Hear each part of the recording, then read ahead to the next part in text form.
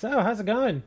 Um, yeah, we're a little later than normal today. I'm sorry. I was not going to miss the Oklahoma versus Texas game. That was not going to happen. So, yeah, it was a great game, too. Great game.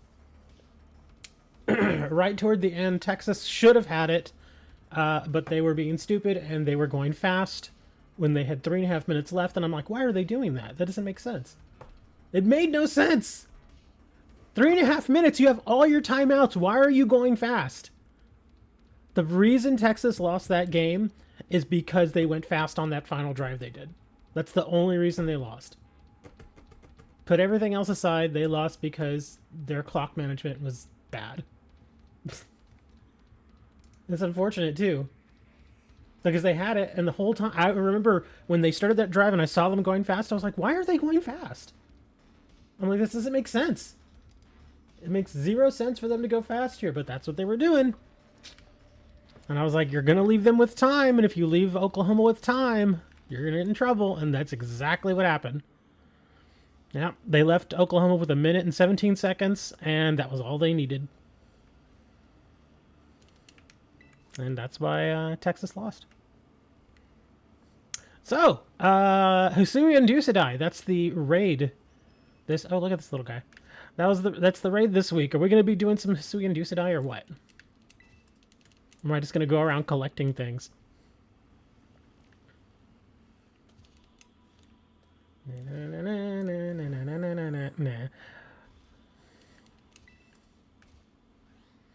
Okay, so I guess let's find some raids here. Well, let me go online first. Hold on, I got to do that. Do online. Ooh.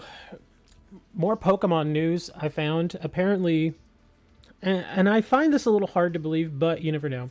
The Pokemon 151, they had that Ultra Premium collection. And that Ultra Premium collection comes with Ultra Premium packs. And apparently some guy got, out of 2 packs, got 6 Illustrator art rares out of 2 of those packs. And I'm like, wow. And they were amazing. It was no joke. 2 Charizards, a Bulbasaur, a Charmeleon, a Charmander, and something else. I forget exactly what else, but yeah, his pulls were absolutely insane. And I'm like, okay, that's nuts. So that kind of makes me think, oh, maybe I want one of those, but I'm like, I don't have $120 to spend on those. So we'll have to figure something else out. What do we get? Oh, oh, he's a dragon type. I didn't know he was going to be a dragon type. I didn't really read up on it. Sorry. But we're going to go do it. Did anybody already come up with a strat for this Decidueye? Because this guy is a little bit different than the last Decidueye, right? Or is this like a repeat? I don't even remember. Because this is the Hisuian version. Alright, let's get on over here.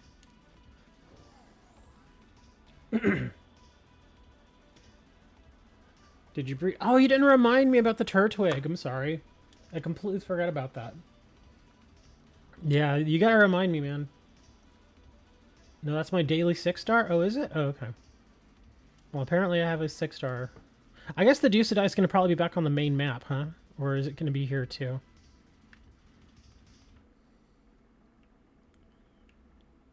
Yeah, I think it is going to be back on the main map. It's a grass type? Oh, well, that should be pretty easy, then. Just go in there with some fire boys, I guess, maybe?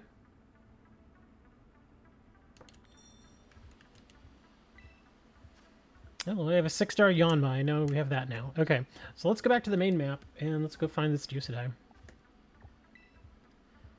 Oh, there's a groundy boy. Let's see. Oh, there he is. Okay, oh, well, good. There's a flight point right next to it. Alright, let's go see what this guy is. Because if I go in here and I immediately catch this guy, I'm going to be like, well, that didn't really stand up to the hype.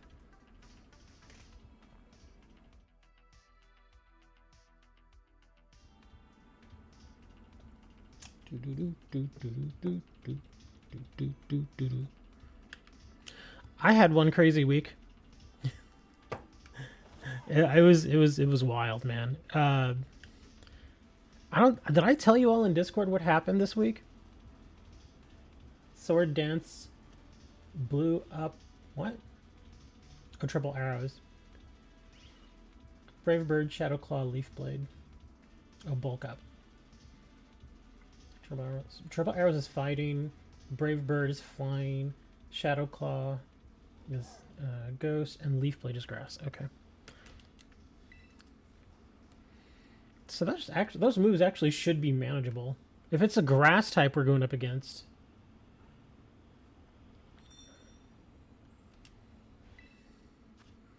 Yeah, I don't think this guy should be terribly hard. Although I imagine they're doing something with him that will make him that much harder.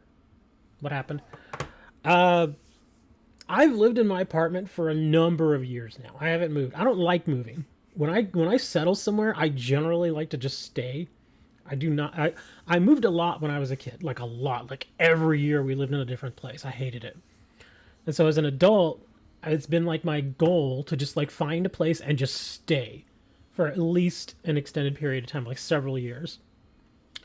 So I've been here a while, and I think it was Monday morning, like early Monday morning, because you all know I sometimes get up really early. And it must have been about 4:30 Monday morning, and I was up, and I go to the kitchen, and I see, well, actually, I go to my desk first to turn my computer on, because that's what I always do. And I have my little cup with my drink, which I actually have here, and I need to get more drink. And I grab it, I go to the kitchen, and start rinsing out the cup and everything, so use it again, and suddenly I hear, like, this scurrying. And I'm like, what is that noise? And suddenly, no joke, I see a full-on rat. Not a mouse, a rat. Scurry into my kitchen where I am. And it sees me and immediately bolts and tries to get under my refrigerator. It has trouble, can't get under the refrigerator, gets out from under the refrigerator, dives under the stove, and just scurries away, and I'm like, what the hell did I just see? I have never had that happen to me in my life. I have seen mice, obviously. I have seen rats, obviously. I've never had a rat, like a full-on rat, inside one of my dwellings, be it house or apartment or what have you. So I was like, what the hell did I just see? And the funny thing is that a couple of years ago, I was talking to my therapist. Yes, I go to a therapist. And I told them, I'm like, yeah, I'm a little worried if my meds are working as well as they should, because I thought I saw a mouse in my apartment. And I thought I saw it run under my stove. And the therapist, no joke, is straight out just like, no, it wasn't real. It wasn't a real mouse. Trying to kind of, I don't know if they were trying to gaslight me into making me feel worse about my mental health or what, but they're over here, oh yeah, it's not a mouse, don't worry about it. Here, we'll just up your meds.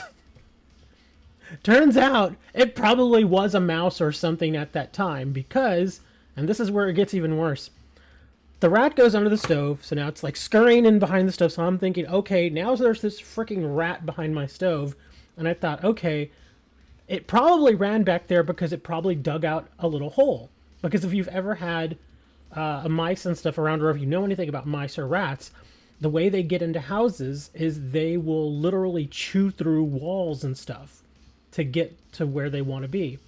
So I figure, okay, I'm going to probably find a little hole where he, cramped through, because that's what rats can do. They can make themselves kind of thin and small and get into places where you'd think they wouldn't be able to. So I'm like, okay, I got to pull the stove back because now there's probably a mouse hole or something there. So I pull back the stove. Oh, it's not just a mouse hole. It looks like somebody kicked a freaking hole in my wall. And again, this is behind my stove. I have never had any reason to pull my stove out from away from the wall. Just never had any reason. But of course now I have that rat there, so now I gotta look, and sure enough, giant freaking hole in the wall. And it's right around the plug for that I use to plug in my stove. So I'm like, what in the hell is this? It's this giant hole behind my stove that I never knew existed. So obviously I have to wait a few hours for the office to open up. I go down to the office. I have already taken pictures because I go over there and I tell her, I was like, okay, I got a problem. I said, I have a rat inside my apartment. And again, just like I told you guys, I'm like, it's not a mouse. It is a rat. I know a rat when I see one. It was absolutely 100% a rat. If it wasn't a rat, it was a mouse on steroids. Because that thing was big. It was a good size. Like, for a rat, it was a good size rat. If it had been a mouse, it would have been a mouse on steroids. Because I guess when you really think about it, a mouse is... Anyway, so I go into the office and I'm like, yeah, I got a rat. It's crazy. And I said, it gets worse. And she's like, what? And I said, I pulled back the stove because that's where the rat went, thinking that there was going to be a hole. And I told her, I said, like, half of the drywall is missing. And I said, I don't think the rat caused that problem. I think the rat probably helped. But I can't imagine a rat making a hole as large as that hole was. I mean, no joke, that hole was probably about 1 foot by 1 foot at least. Probably bigger. In fact, I want to say maybe 14 to 15 inches by 14 to 15. It was a big freaking hole. Of course, it wasn't just a perfect square. It was just, it looked like somebody kicked a hole in the wall and just didn't bother to fix it. And just put the stove there and figured, it's not my problem. They'll never see it. So yeah, I'm like, yeah, I got a major problem. Y'all gotta take care of this. And then she opens up to me about the problems that she's having there at the apartments because she's fairly new.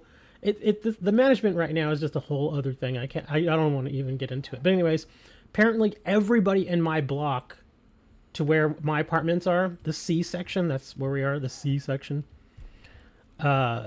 Everybody has been calling and complaining that they are seeing rats, not only outside, but some other people have had them inside their homes too. So I'm like, wow, okay, we have a massive rat problem. Turns out the people that come and set out traps and stuff for various critters like that, like mice and rats and stuff, they've not been redoing the traps literally for years. Apparently the last 3 years, the traps had not been reset or refreshed. So, of course, if you don't refresh the traps or you don't, set out the bait and stuff that gets rid of the rats or that kills off the rats and the mice, eventually you're going to end up with a mice and rat problem. And that's where we're at. So I tell her, I'm like, you got to repair this wall. I mean, I can't have a freaking hole in my wall. She's like, you got to, okay. So luckily it only took a few hours. They called somebody from another apartment complex that the management owns and brought him over. And thankfully he was able to get it all patched up and good. In fact, he stuck a metal plate back there, like a steel plate. And then he filled the hole with some sort of expanding stuff that basically fills in all the crevices inside the wall. And then he stuck the metal plate on it, bolted it in, and then he ran sealant around the whole thing. So, yeah, that rat's not coming back. If he does manage to come back in that same place, he's gonna have to have like a hammer with him or something because he's not getting in, unless he's like super rat. I don't know, but yeah, it was a major issue, and I was like, man, that's insane. And that's because, hold on, I gotta clear my throat here. Give me a minute. Okay, sorry, I'm trying not to clear my throat in y'all's guys' ears right now, so I had to mute myself for a second. I've actually seen mice and rats outside the apartment, which made me think, well, maybe they're not redoing the traps. But, and I've mentioned this before, we have stray cats, which isn't necessarily a bad thing. Because I have seen the strays, no joke, literally catch mice and even rats and kill them. So I guess in a way it's kind of good that they're here, because now they have, the rats and the mice have a natural predator you would think would try to keep them in check. But the problem is that, again, I like the strays. They're fun. They're not, most of them are nice. You know, they're very friendly. They just kind of hang out. They don't really cause problems. The problem is that a lot of residents leave food out for them. Like, if you're going to feed the strays, and again, most of them are friendly, they're nice, they're even clean, they're not dirty animals. You know, so you can, I mean, and if you just take a look at the strays that we have around, they're not underweight. Their fur isn't all raggedy and nasty. They don't have things like ear mites or anything like that. They're actually healthy animals. So if you wanted to, you could literally bring one into your apartment, feed it, and then just let it back out again. And it would be fine with it. And I think that's what most of the strays do, is somebody brings them into their home and they do that. But other people will actually leave food out.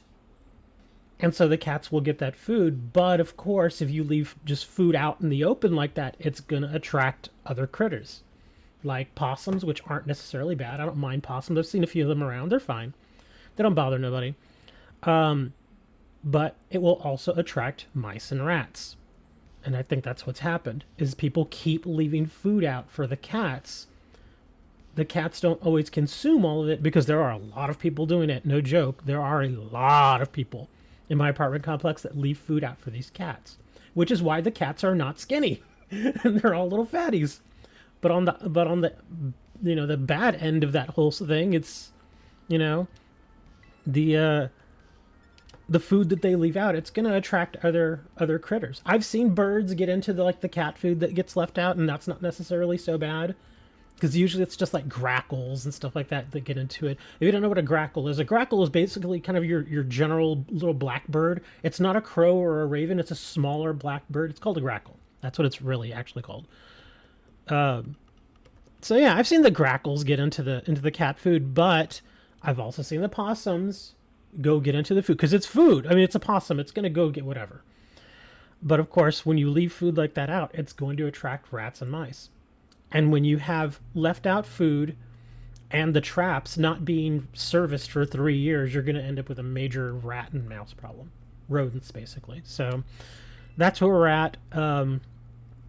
She assured me that the company that had supposedly been coming out every month to refresh the traps has been fired and replaced. Can you imagine that? Hiring a company to come out every month to service stuff like that, like, you know, doing like pest control and that sort of thing, and just not doing it, or just not even showing up but claiming that they showed up. And you can tell that they weren't showing up, because on the outside of these little, basically these traps look like kind of like dark black boxes with a couple of holes in them so that mice and rats and stuff can get in. And then you leave the bait in there and it either traps them inside or something kills them. And there are dates. There are date codes on the outside of these boxes. And like I said, they hadn't been servicing them for 3 years. So now they go and they check out these date codes, and they see that they hadn't even been serviced since 2020. It's like, gosh, come on, man. You can't do that. You can't do that. Oh, come on, communication error. Come on. Let's do this. So yeah, apparently those people, they've been getting paid for 3 years, but never came and actually did the work. I think what happened is, because in 2020 was about the time, come on, just go. 2020 was about the time when our apartment complex got sold to a different owner completely. And so I think they used that as a way to kind of obfuscate that they weren't actually coming out and working, because they figured, oh, there's always, you know, when management or when ownership changes on a property, there's always a bit of chaos there, and things that apparently, you know, things occasionally get lost in the shuffle, because you've got a whole new management team coming in, you got new employees coming in, new maintenance people coming in. It's basically just a whole bunch of new people that have to take over. And so there's always going to get, you know, be things that get lost in the shuffle. And that's what happened, is that the management team, not only did the new management that came in 2020, they were bad, but even the management team that we have now, this is no joke, like the 4th set of management that we've had at this apartment complex since 2020. because apparently the last few sets of people that have come in to try and run the apartments, they've not been doing their job, so they got fired. And even the woman that I talked to on Monday, she had told me, and I don't know why she told me, but she did. She told me that her district manager had just gotten fired. And so I'm like, what is going on, man? This is like, it's like a rotating, it's like a carousel of employees at this point. Nobody really knows what's going on. Everybody's coming in and they're not getting brought up to speed on what's happening here. It's chaos, dude. It's a miracle that things even get done as much as they do right now. It's just insane.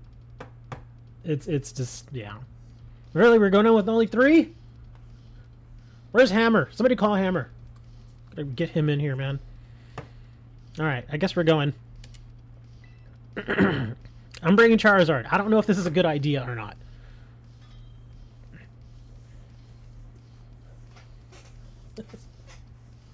Wonder if Hammer finished the game. Well, he joined us last week for a few raids. So we did contribute a little bit. I don't know if he finished the game, though. Because I know he works and everything, so he probably doesn't, you know, have the time, excuse me, necessarily to finish the game, but I'm pretty sure he progressed some. Alright, what do we got here? I do have a flying move if we need it. Although I don't think we'll need it. Let's see what happens here.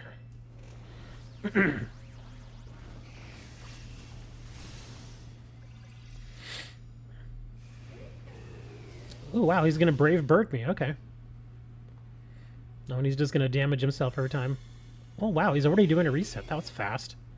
I'm actually... Oh, nice on the taunt. Good job. I'm actually going to just use my Air Slash so I can save my fire moves for when I Terra.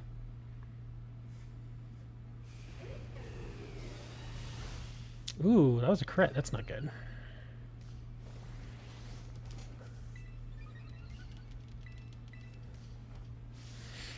I could probably use Smoke Screen on this guy a few times, although I'm just moving forward, just smashing him here.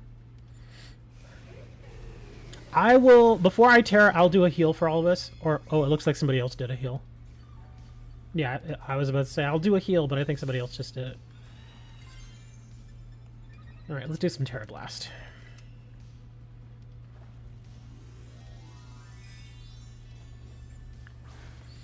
But yeah, that was pretty wild. Because for the longest time, as far as the rat thing and the mouse thing, I mean, I always kind of had this feeling that there... I mean, because I'd seen the little critters outside. It's one thing to have them outside. It's another thing to have them inside your apartment. It's completely different. It's like, okay, this is a problem. So, yeah, I kind of always figured, you know, they're unless somebody... And again, I see the traps that they set out there. And there's a trap right here next to my apartment. So, again, it's like you always know they're out there because they're rats and they're mice. They're going to... They proliferate everywhere they go. They are one of the most dominant species on the planet. And so you know they're always around. But you always figure, oh, well, I see those traps and everything, so we should probably be all right. But, yeah, I guess not. It also didn't help that I had a giant hole in my wall. that probably would have... that probably would have helped to not have that, too.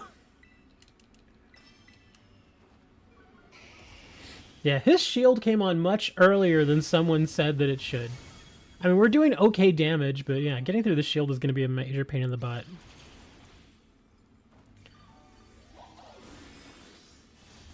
Yeah, and I don't really have anything to... Oh, he's lowering my defense.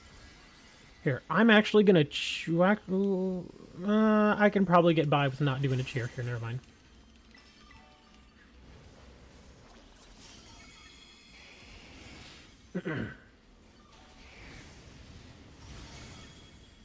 Yeah, I'm probably going to have to cheer this next one, because I'm not going to heal enough.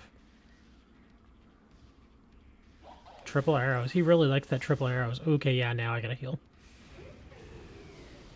Whoa! He hit me twice in a row. What just happened there? He hit me with triple arrows, and then he immediately did Brave Bird. He's not supposed to be able to do that. That's why I didn't heal. Because I knew I could take one. I didn't know he was going to hit me twice in a row. Well, that's BS. I blame Moni for that. Because he cheered a car crash today. Yeah, I saw you cheering a car crash. You're like, yay, somebody crashed, so my guy wins. Yeah,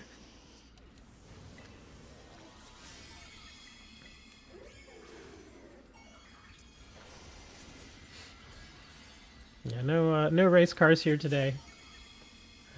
For me, it was just watching that OU Texas game.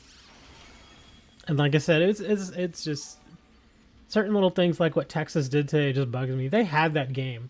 They should have won. But again, just the clock management was just bad. It's like, why are you going so fast?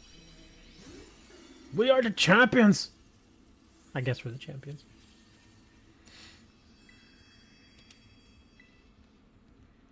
So that guy who won, the race car driver, is he actually Dutch? Is that why you're a fan, or you just like him for just whatever? I mean, I get the whole national pride thing. It's always been a thing. So is he actually a Dutch driver, or? Remember, I know almost nothing about racing. I know very little about stock car racing, much less Formula One. Oh, well, he didn't really give us anything great, did he? Oh, well, okay, protein, calcium. Okay, there it is, the ability patch. Because I was like, I'm pretty sure he'll give us something like an ability patch. TM159. Bottle cap, I do need more of those. Not bad, I guess. Second Dutch driver not that long ago as well, but he got sacked midway through the season.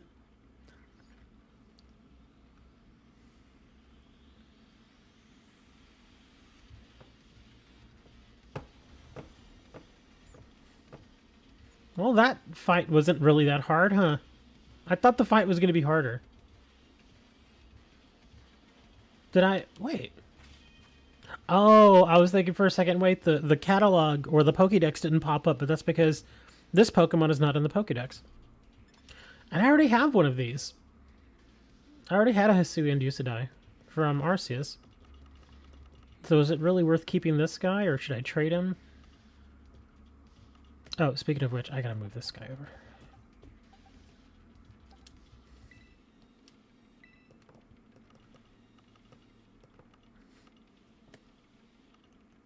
And just go in there.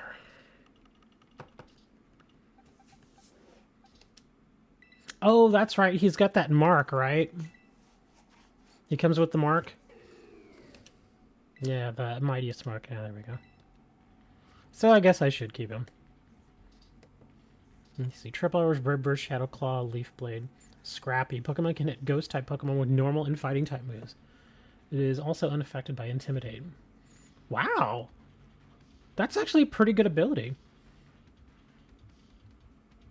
You need Ursaluna? Did you catch it?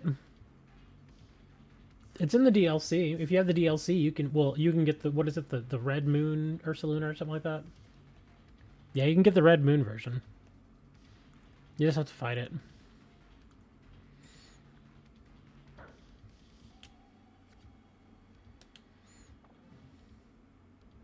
The Hisuian. Oh, the Hisuian one. I don't know if I have an extra. Oh, but speaking of people needing Pokemon, I think it was it High that said that they were looking to get a Turtwig. Let me go breed the Turtwig for you right now before I forget. Let's run over to I'm just looking for a place to do a picnic. I'm looking for a good place to do a picnic. Yeah, we'll just go here. This is pretty safe out here. Yeah, the Hisuian Ursaluna is a bit of a pain in the butt to get. It takes a lot of effort to actually get one. Because getting it to evolve is the main issue. Because I would think if I do actually have one, like an extra one, I may trade it, but I would probably ask for at least something fairly good in return. Because like I said, it's not just, it doesn't just evolve on its own. You have to do very specific things to make it evolve. And on top of that, if you don't have the Arceus game, you absolutely cannot make it evolve. You have to have the Arceus game. Hey, Noxus. I'm about to do some breeding here. Where is my... There he is. There's my Torterra. I did remember to bring over my Darkrai, finally. Alright, now I need to go grab my... There he is, my Ditto. Now, let me take everybody else out.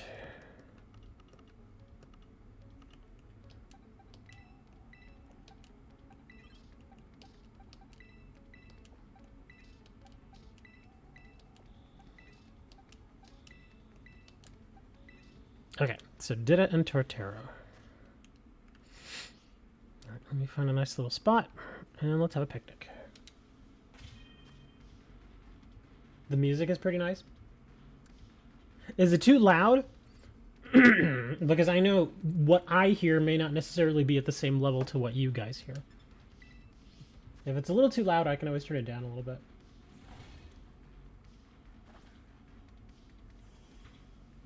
If you want the source of the music, it's all royalty-free music.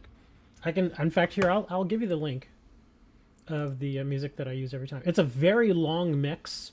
It's like a 4-hour mix of various sort of like cyberpunk, they call it cyberpunk dark synth mix. It's actually not bad. I've heard some of the other tracks that are in this mix on other royalty-free mixes. It's fine. Okay, well, here's the link in case you actually want to go. Yeah, that's the link to the royalty-free music I have.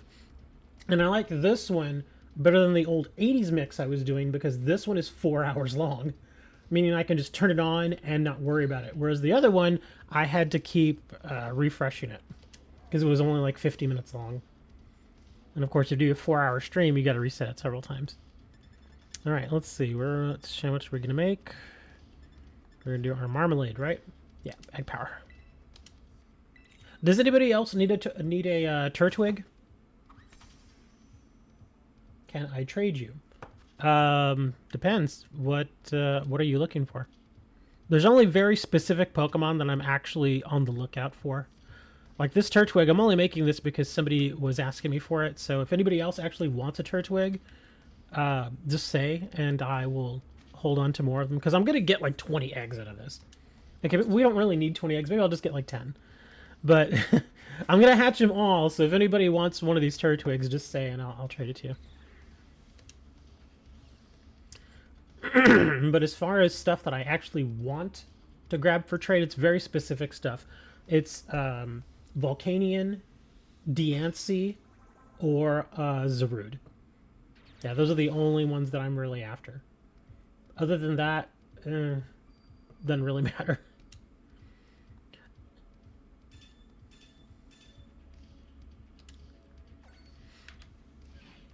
Okay, so let's let these guys play a little bit, and we're going to grab some eggs from them. I do like my ball. You notice my ball? I love the ball.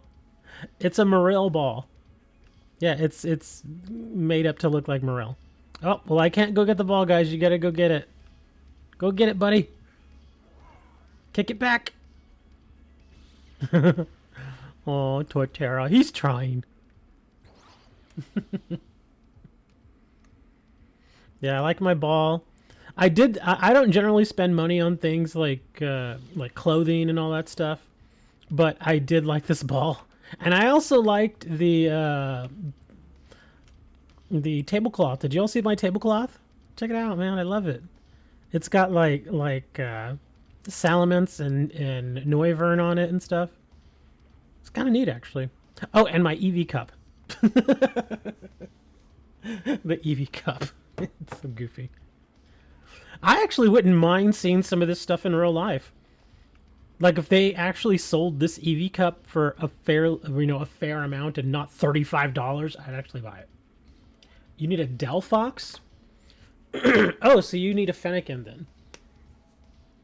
I actually had an extra Fennekin, but I think I traded it away. I could always breed another one.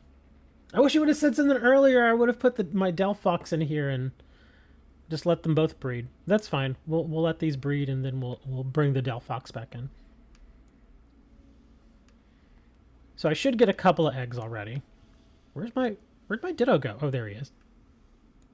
Surely they do. Yeah, I'm pretty sure they do. But you know how Pokemon is. They realize that their IP is loved the world over, so they can get away with charging like $35 for a cup like that. I think that's the biggest reason why some of the Chinese knockoffs sell so well.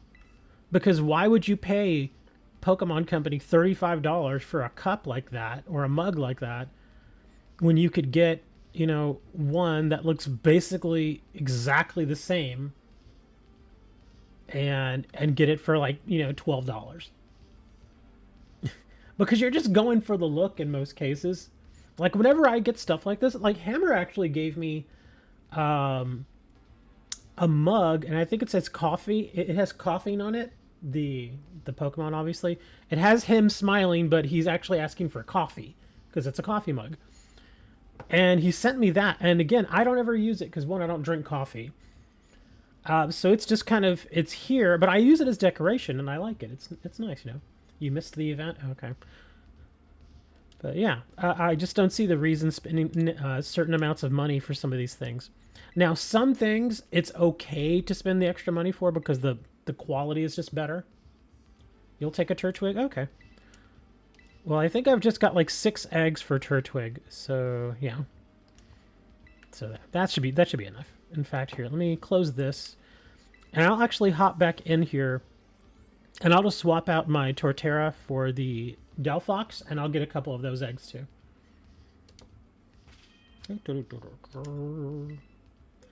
And as far as the Turtwig and the Fennekin that I trade you guys, you don't necessarily have to trade me anything special, just whatever. Yeah, just trade whatever you got. It doesn't have to be super amazing or anything. Where is my... Can you search Delphox? I don't think I can. I don't remember where I put my Delphox. I'll have to find it. Oh, well, I do know I have a Fennekin here. Hold on. There it is. Yeah, that's the Fennekin that I want to keep. As you can see, he's a shiny level 100. So he's staying with me. But the Torterra can go over there. So we'll just go right back into the picnic. Oops, wrong button. And we'll let them play a little bit. And the great thing is my sandwich is still in effect, so... What? Probably not the best place to... Why not? Oh, because I think I moved closer to that guy. Okay. All right, let's try this again. There we go. Okay, so we'll give them like a minute, and I should get at least a couple of eggs. And that's a Pokemon Go Fennekin. Yeah, somebody gave that to me. I was like, oh, nice. So it's gonna stay a Fennekin all its life. It's not gonna... I'm not gonna evolve it. Come on, little guy, get the ball out of there. What are you doing? There you go. Kick it. Kick it!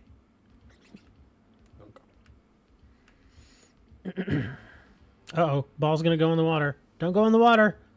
Oh, come... Oh, look, he just quit on it. He was gonna go after the ball. He's like, nah, I don't think so. Because it's going in the water now. Good job, dude. Let the ball go in the water.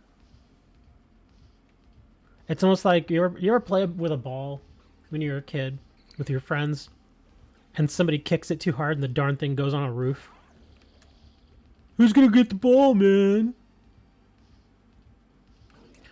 We did that so much when we were kids. This isn't even a joke. We did it so much when we were kids, knocking various balls on roofs and stuff like that, because we actually played at our school, because our school had like a huge field where you could play pretty much anything. You could play football, you could play soccer, you could play baseball, all sorts of stuff. And we would, of course, balls would eventually end up on the tops of certain buildings.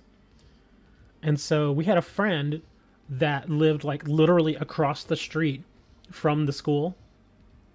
And he would play with us all the time. So anytime we hit a ball up on a roof, he would just break out his dad's ladder. The first time he broke out his dad's ladder, we got up on the roof of one of the smaller buildings, which was notorious to eat balls. That sounds bad. Which was notorious for balls getting put on top of the roof, if you know what I mean. Anyway, so he goes and he gets the ladder, brings it back, he gets up there. No joke, there were like 40 various balls up there. We're talking like soccer balls, footballs, baseballs, lots of baseballs, a couple of tennis balls. There was a dodgeball up there. It was just, it was like Christmas. So we were like, yeah, we all had all sorts of stuff. There was even a couple of us there who were like, hey, I remember we had this ball. You did that with kites. There was always that one kid who let go of it and it went flying across the pond. Oh, that stinks. Okay, we already got a couple of Delphox eggs now, so I think we're good. Let me put those eggs in here. And then we're going to hatch them all. Oh, first I need to get my Talonflame.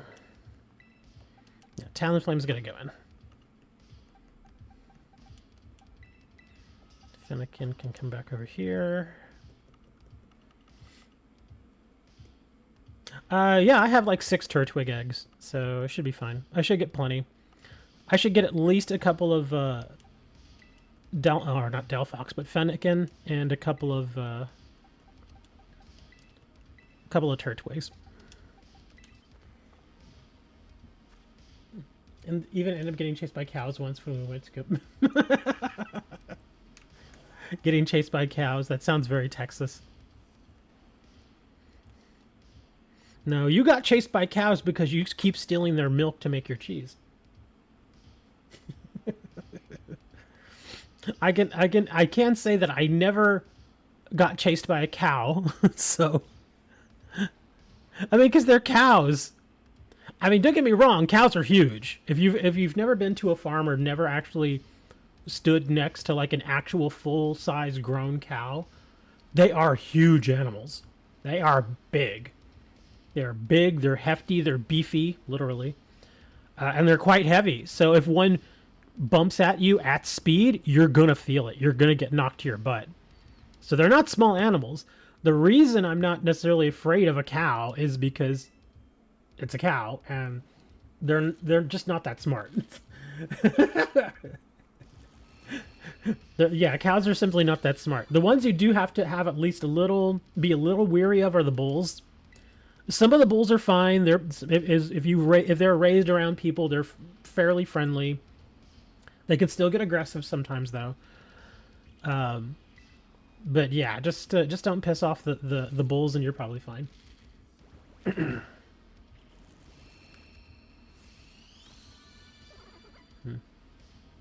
Now I have to say here, as I'm hatching these eggs, if I happen to get a shiny, I'm sorry, but I'm keeping the shiny. And I don't think any of you all would blame me for wanting to keep the shiny.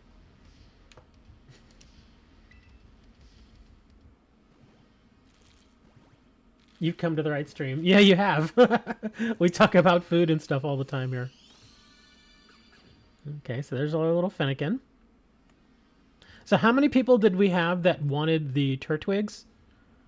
And I think I only had one person that was looking for a Fennekin so that they could get their Delphox.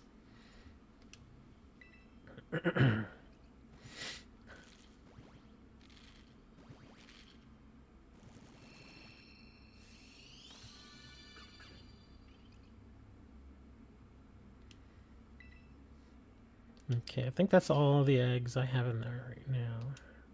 You need both? Okay.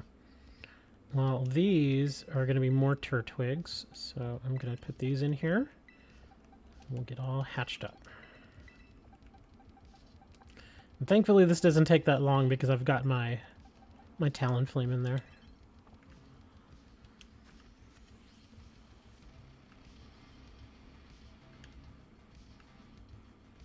Why would you need 2 Turtwigs?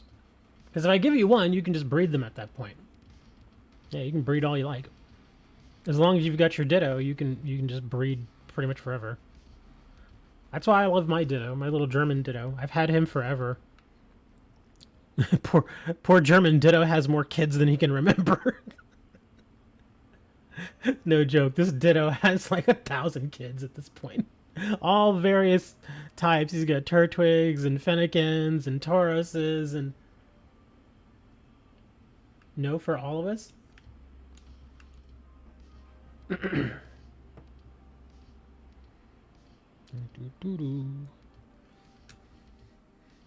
Ditto's like, I don't care, man. I don't have to pay child support. Can you imagine? How many kids you got? I don't know, like 900.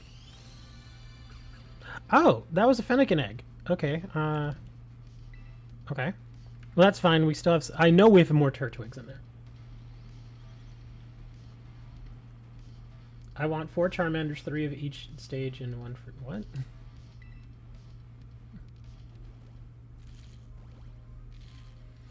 Well, if it's a different stage Charmander, it's no longer a Charmander.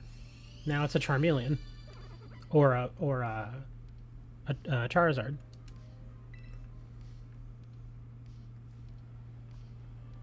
Weren't we supposed to get Cubone in this game? Is that not till the second part of the DLC?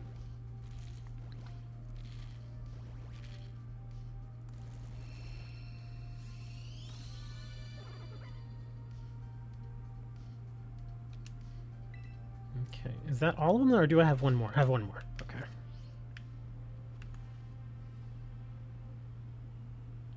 After this, I'm going to go back to the other new area and probably do some raids out there. So if you don't have the DLC, I will just invite everybody to do those raids so you can grab some of the other Pokemon.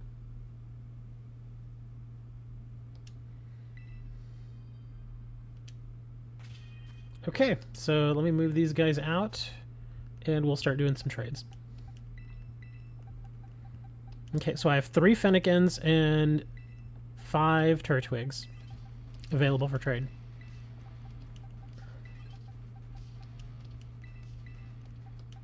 Let's see.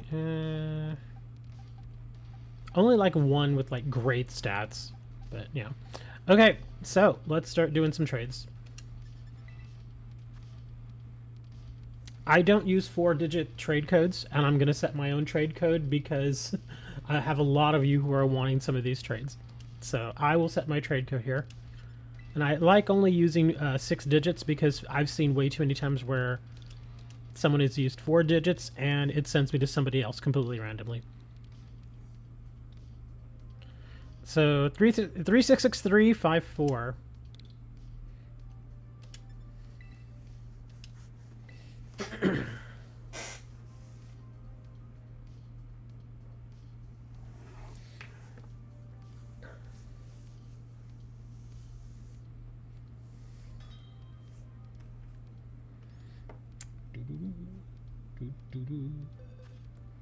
Let's see. Okay, so Ellie wanted a... Oh, you wanted both, right? Okay, so we'll start with the Fennekin because I know you wanted that.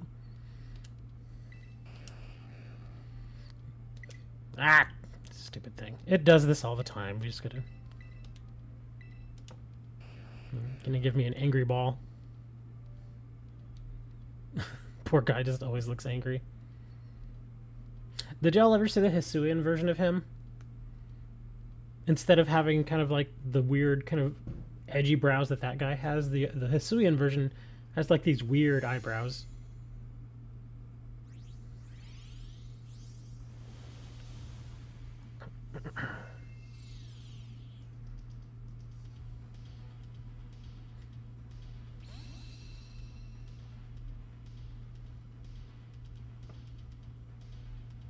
All right, and you wanted a Turtwig. So here comes your Turtwig.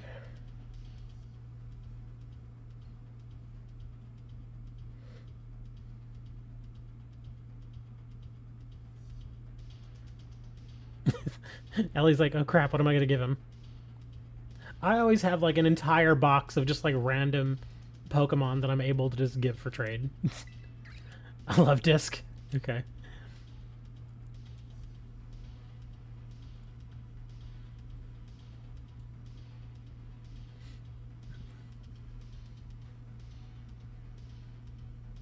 Somebody going in the pool? I hope somebody's not going in the pool. It's actually kind of cool today. Weather-wise, I mean. It's like 82 degrees outside right now.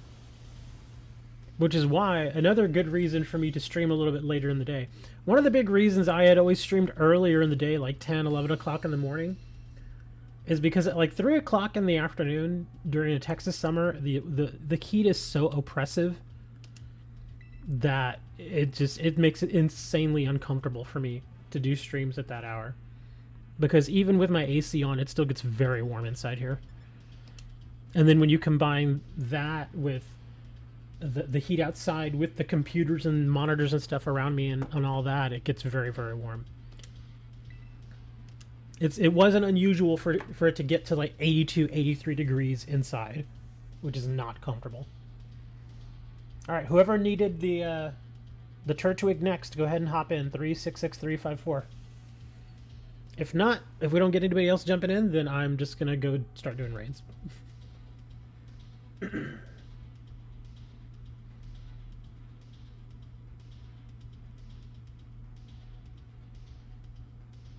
Oh, no one could be found. Okay, well, I guess nobody else wants them. I'm pretty sure whoever wanted them actually probably left. And people always do that. They leave and then they come back. Ooh, what about mine? You left, man. I waited for you. You were not around. Oh, right. I've got this dragon over here. Yeah, you'd be surprised how many people ask me for certain things. Like like just like now. They'll tell me, "Hey, can you breed this for me?" You know, and I try to be a nice guy. I'm like, "All right, you know, I'll take a few minutes and breed this for you." So I'll go and I'll do it, and I'll hatch a bunch of eggs. And I'm like, "Okay, it's ready." And then I realize I'm like, "Oh, they left." It's like, "Thanks, man." Like, imagine doing that to one of your parents. It's like, "Hey, mom, I'm hungry. Can you make me something to eat?" And your mom's like, "You know, because it's your mom." Mom's like, "All right, I'll make something to eat." So you go and you make something to eat. And then she's like, "Okay, I have your food ready." And then you just, like, left the house. And so your mom's there, like, holding, like, a sandwich or something that she made you. And it's just like, what happened?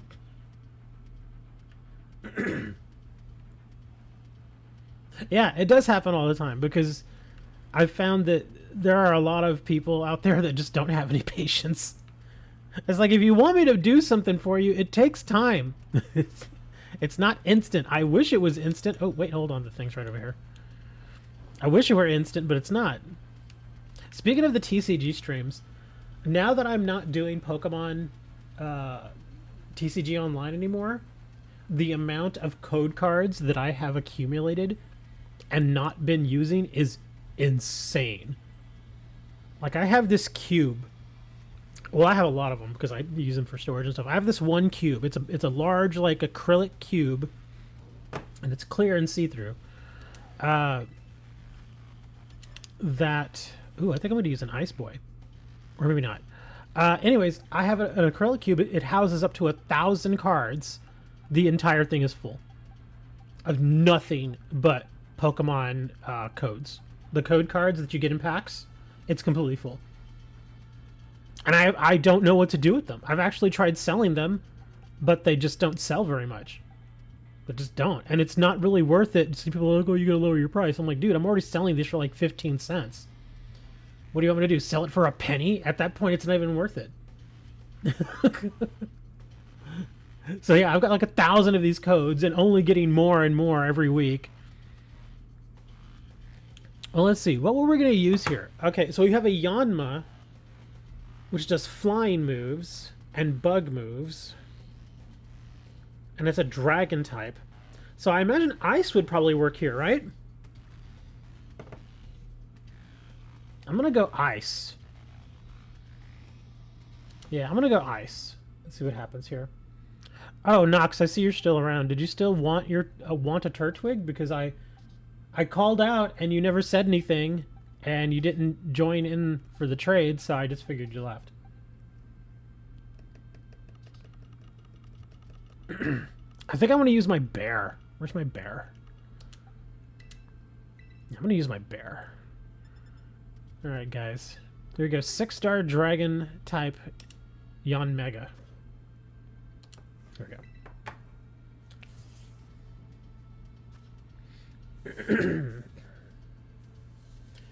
What was the Pokemon that came before the Delphox raid? I don't remember. I don't remember the orders that they went in.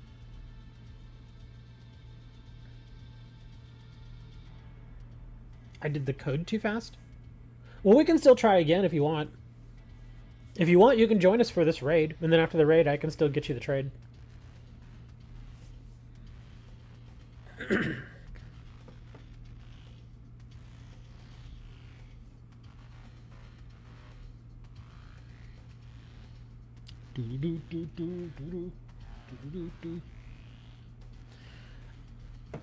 I like the bear, but I also kind of want to bring my Glastrier because that thing is insane. Yeah. Do I want to do Glastrier? I mean, bear does pretty much the same thing as the Glastrier. The Glastrier is just much more rare, but much harder to get. Well, I hope Riker's not bringing that cat. Yeah, don't bring that cat. That cat's gonna get eaten alive.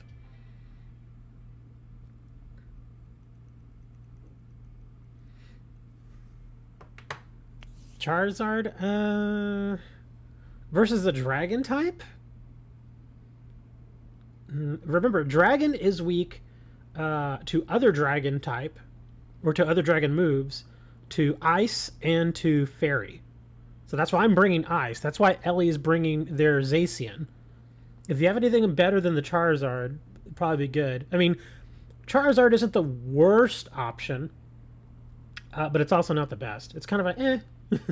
It's kind of like, it'd probably be fine, but it's not gonna be knocking the living crap out of this Yon Mega. But if that's all you got, that's fine. Don't worry about it. If anything, I would say go ahead and catch the Yon Mega. Because, oh, there you go. That's a Titan will work. Yeah, so Titan's pretty good. For this fight, definitely. Oh, so you're a Riker? Okay, that's fine. Yeah, that's a Titan should be great.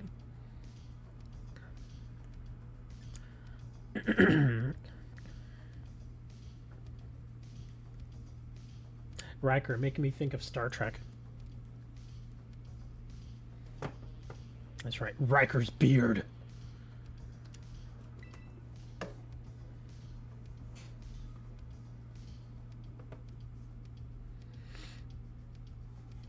Alright, here we go.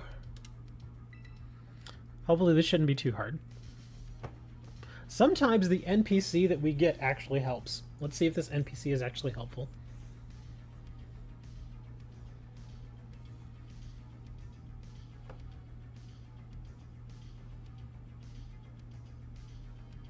Did that Pac-Man machine you posted take quarters? Yes. It took quarters. You can still find those around. They're still out there. Because there's like a whole like subculture of people that find old arcade cabinets and restore them. It's like a big thing. And some of those cabinets are worth a lot of money. Like you can find one that's probably broken, not really working for maybe a couple $100. But then you get it to the right person, and a lot of times that right person can actually get it fixed up, and they may even restore it, repaint it, put new stickers and everything on it, redo the buttons and stuff. Yeah, that's like a whole thing. Oh, did Riker already die? What level is your Titan? If that thing is not level 100, then that was not a good choice.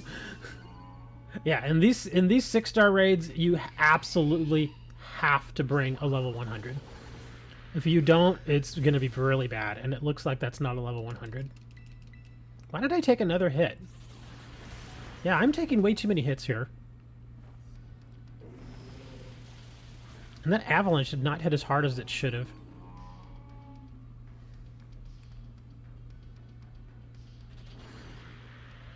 Yeah, it's like I'm taking 2 hits every time.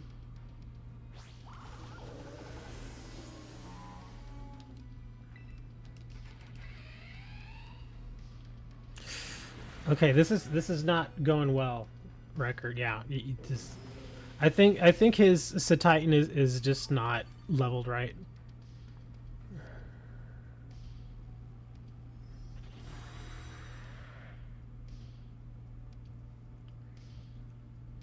Yeah, anytime you get into a 5, 6, or 7-star raid, that's like the minimum requirement is it has to be level 100. If it's not, you're gonna get eaten alive like you're getting eaten alive right now.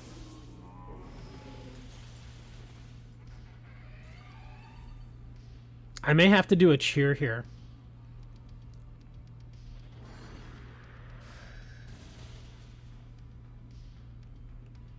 Yeah, I'm gonna do a cheer because I kind of want to keep Zacian up more than anything because Zacian's doing a little bit more damage than I am. So there's the heal.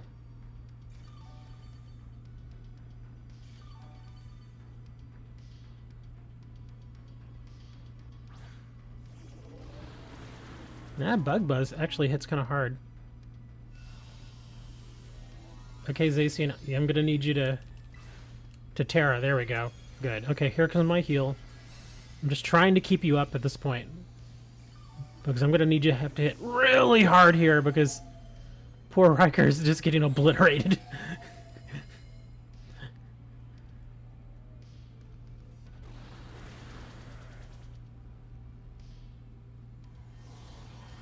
Ugh.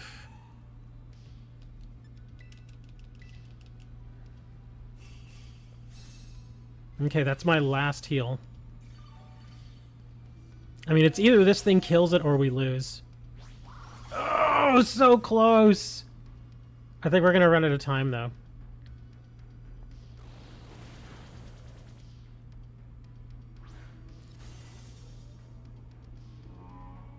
Yeah, we're out of time. It's too many deaths.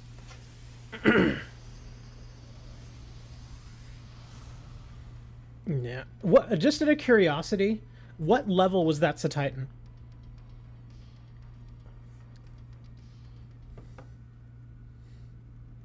Because you were getting one-shotted every time. So I'm thinking that's like a level 50 or 60 Titan at most. Because even Titan, he generally has pretty good defense. So when I saw him getting one-shotted like that, I was like, oh crap. I think I'm going to switch to my Glastrier, simply because it has more health. The bear did fine. He was doing alright, but I think I'm going to do Glastrier this time.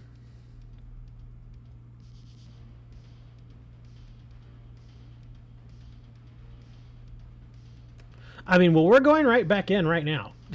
So there is a lot of time. Do you not have any level 100 Pokemon? Yeah, like that Charizard you were thinking about using, is that level 100 at least? Because the biggest thing with these raids is survivability. We just simply can't have people dying over and over like that. Because every time you die, it takes a little chunk of your time away. And so when somebody dies like 2 or 3 times, you're pretty much gonna lose. Yeah, so we gotta have something that's you know pretty high up there, level 100, and on top of that, you generally want them to be EV trained, hyper trained as well. So yeah, if you can do it in a minute, it should be fine. Then here, I'll get us started here. Let's see, let's do challenges group. Or not. God. Come on, Nintendo server. Make billions of dollars a year. Can't get a better... Can't even... I mean, even a second server. Come on. Right, there's our code. If I'm able to get my 3 sword dances on the Glastrier, I can probably, if not one-shot this guy, then probably hit him for at least like 80 to 90%.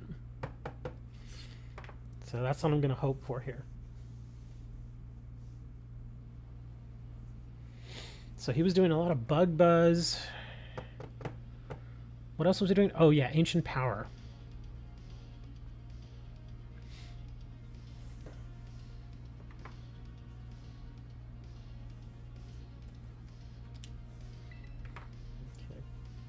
I'm trying to give Riker a little bit of time to try and get that moved over. Yeah, as long as you can bring something that just doesn't die that easily, you'll probably be fine. because Ellie was damage-wise, Ellie and I were pretty much carrying, which is fine. Like I said, if there hadn't been the numerous or the massive amount of deaths, then we would have won. We had it won. It was just a matter of too many deaths there. So as long as you can stay alive, you're all right.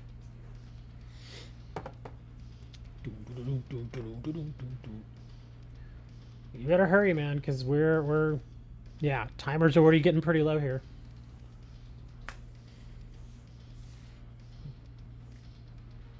What's the grass Pokemon with the drums? Rillaboom! Yeah, that's Rillaboom. Did you miss Rillaboom? Do I have an extra? I know I have a Rillaboom that if I need to, I can use it for breeding. You need a Rillaboom? Yeah. I can probably get you a Rillaboom. Well, not a Rillaboom, but I can get you the little guy. The Grookey. And then you can do what you need to do with it.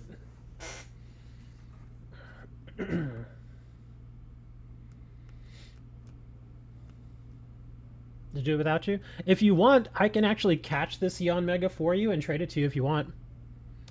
That's what I generally do with these really strong Pokemon anyway. Is I'll catch them and I'll just stick them in a box so if anybody actually needs them later, I can just give them to them. Yeah, because I already have a max level Yanmega, so I don't need another one. I'm doing this mostly for the rewards, so the Pokemon is just kind of extra.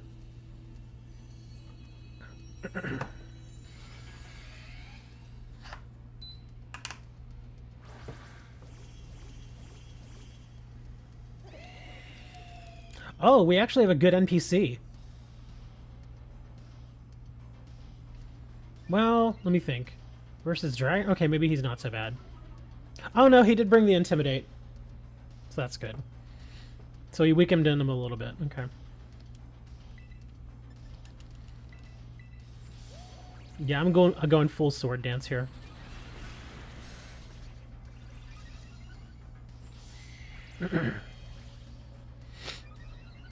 Given how hard this thing hits, though, I don't know if I'm going to be able to go all out. I may have to attack after just 2 Sword Dances. I think we're all going for the big hit. So to annoy you, I'm going to hit right now.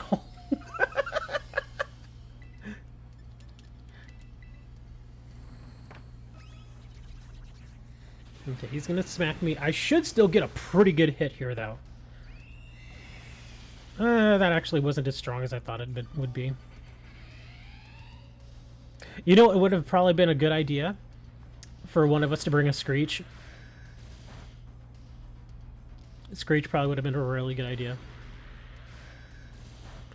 Ooh, he attacked you twice in a row.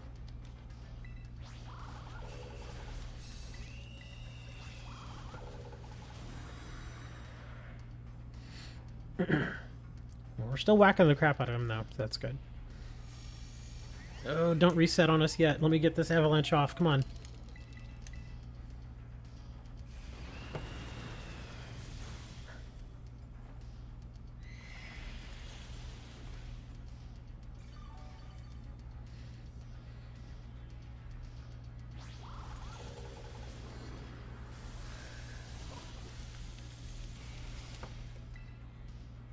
Oh, I'm short 1 orb. That stinks. Oh, it's dead anyway. It doesn't matter. Yeah, it looks like Ellie's gonna get the Terra kill. Right.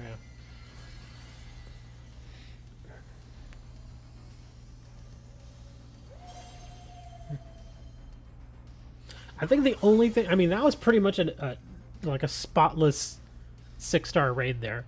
The only thing I think I would have changed for myself is maybe instead of bringing my Glastrier, bring something that was more support.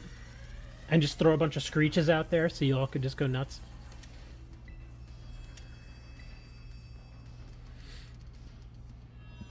Never underestimate plane support. Support is so helpful, man. It makes these raids so much easier. With this one, though, I think we just overpowered it. All of us were just hitting the thing so hard.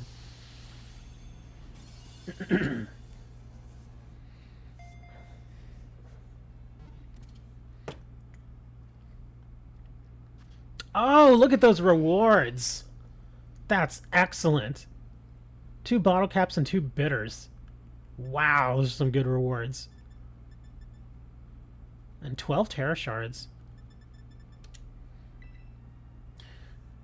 Here, Riker, let me get you those trades, because you were saying you still needed the Fennekin and the Turtwig, and you also wanted this Yen Mega.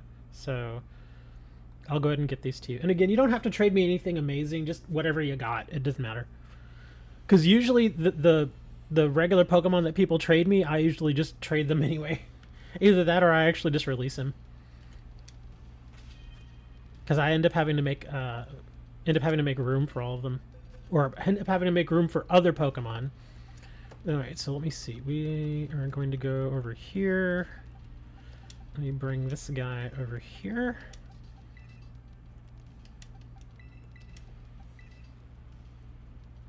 And if I have the Rillaboom, I want to check something real quick. I know I have a Rillaboom. I don't use them that much, but I know I have one here. I would have to breed, though. I'm trying to remember if I have an extra Grookey.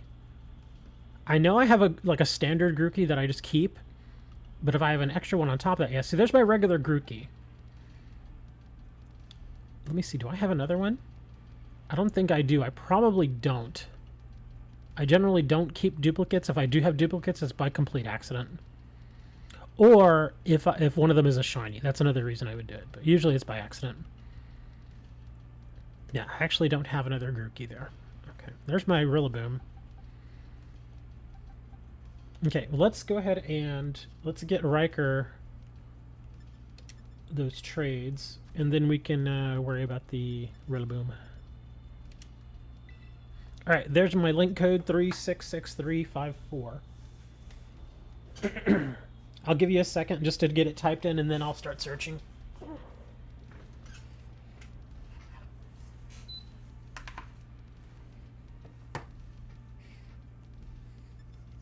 Y'all are probably hearing beeping every now and then. That's me turning my fan on and off.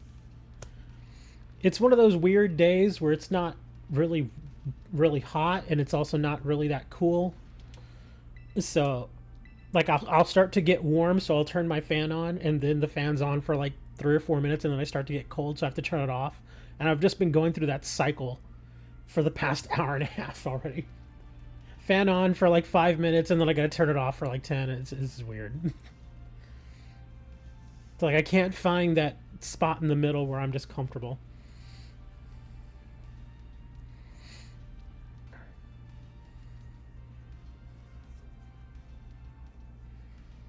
Uh-oh. Where you at, man? Here we go, we're trying again.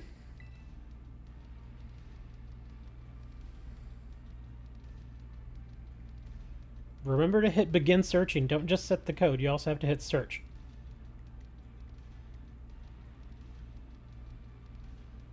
It's right there on screen. 366354.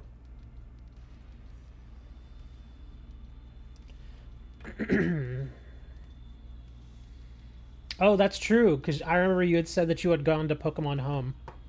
If you had to close your game to go to Pokemon Home and then you came back, you're gonna have to redo your online status.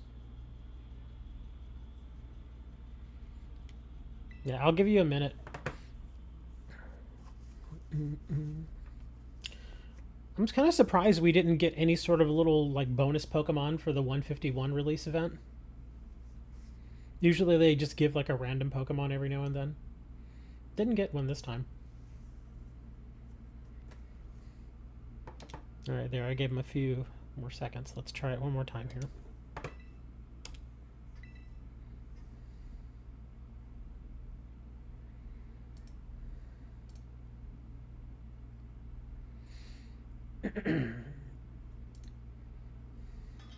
There you are. I did have another oddity this week, or actually yesterday. And this seems to happen a bit more often than you think it would.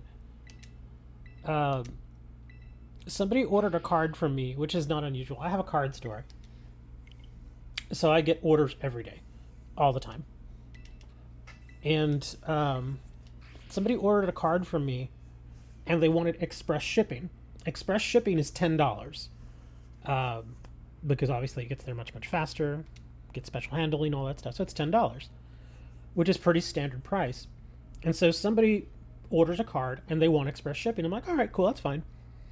So I'm getting the package ready, and I go and I go to pull the card because I have a huge, massive inventory of cards here. I go to pull the card. The card is worth, and I'm not kidding, the card is worth, and they paid 7 cents. It's a 7-cent card. They paid $10 for express shipping of a 7-cent card. And I'm like, what? It makes no sense to me. It's a 7-cent card. Can you not wait, like an extra day or so to get that 7-cent card? It's weird to me. And I'm like, all right, but if you want it, you paid for the express shipping, you get the express shipping. So I sent it out. It's weird to me. I can't imagine spending more on shipping than what the actual item is worth, and not by that much more. That's insane. Like, if it was like a $200 card and you pay the $10 for the express shipping, I'm like, okay, that makes perfect sense. It's a $200 card. You probably want that $200 card right now. Plus, that express shipping price, the $10, also provides insurance. So if anything goes wrong with it, then you're covered. You can at least, get your money back, that sort of thing. So that makes perfect sense. But for a 7-cent card, I just don't get it. And the funny thing is, like I was saying, is it's not the first time that's happened. I had another person last month, again, pay the $10 for express shipping for like a 45-cent card. 45 cents. Again, it's just like, it's 45 cents, man. It's not that expensive of a card. The only time I had somebody pay the $10 express shipping charge for something that I felt was worth it was they placed like a pretty large order. It was like a $70 order, like 50 or 60 cards or something like that, various values. And I'm like, okay, that makes perfect sense. Pretty good size order. The cards overall are worth about $70. You pay the $10, for express shipping. Makes perfect sense. There you go, Riker. You're all set. You got your Fennekin, you got your Turtwig, and you've got your Yanmega.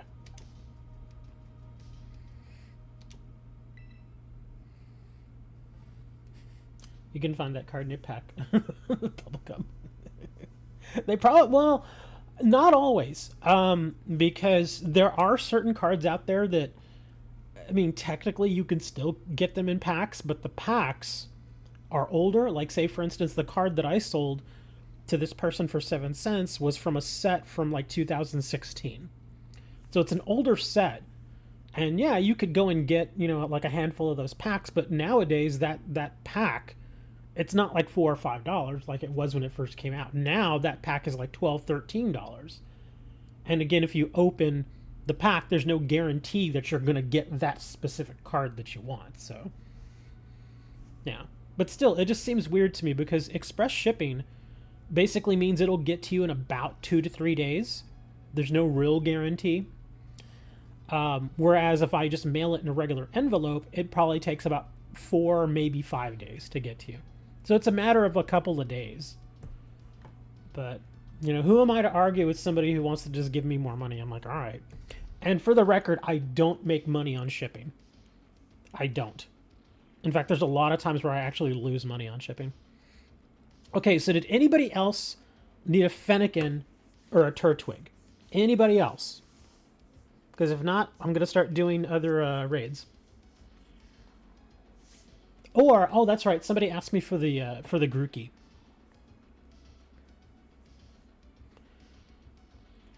Nope, nobody? Okay. Let me see. Is my... Oh, man, I have to make my sandwich again. Okay, that's fine. Let's go down to the town here. And I'll grab... I'll get Rillaboom to go do the Boom Boom with Ditto. Oh, and I still have that other egg. Alright, let's see. Let's move Torterra out of here. just checking something real quick. Okay. And let's go get... Oh, my Rillaboom is over here, isn't it? Yeah, there he is. Okay, you go there, and Ditto goes in there. Oops, actually, I'll just keep the egg in there for now. Okay. You roll out over here.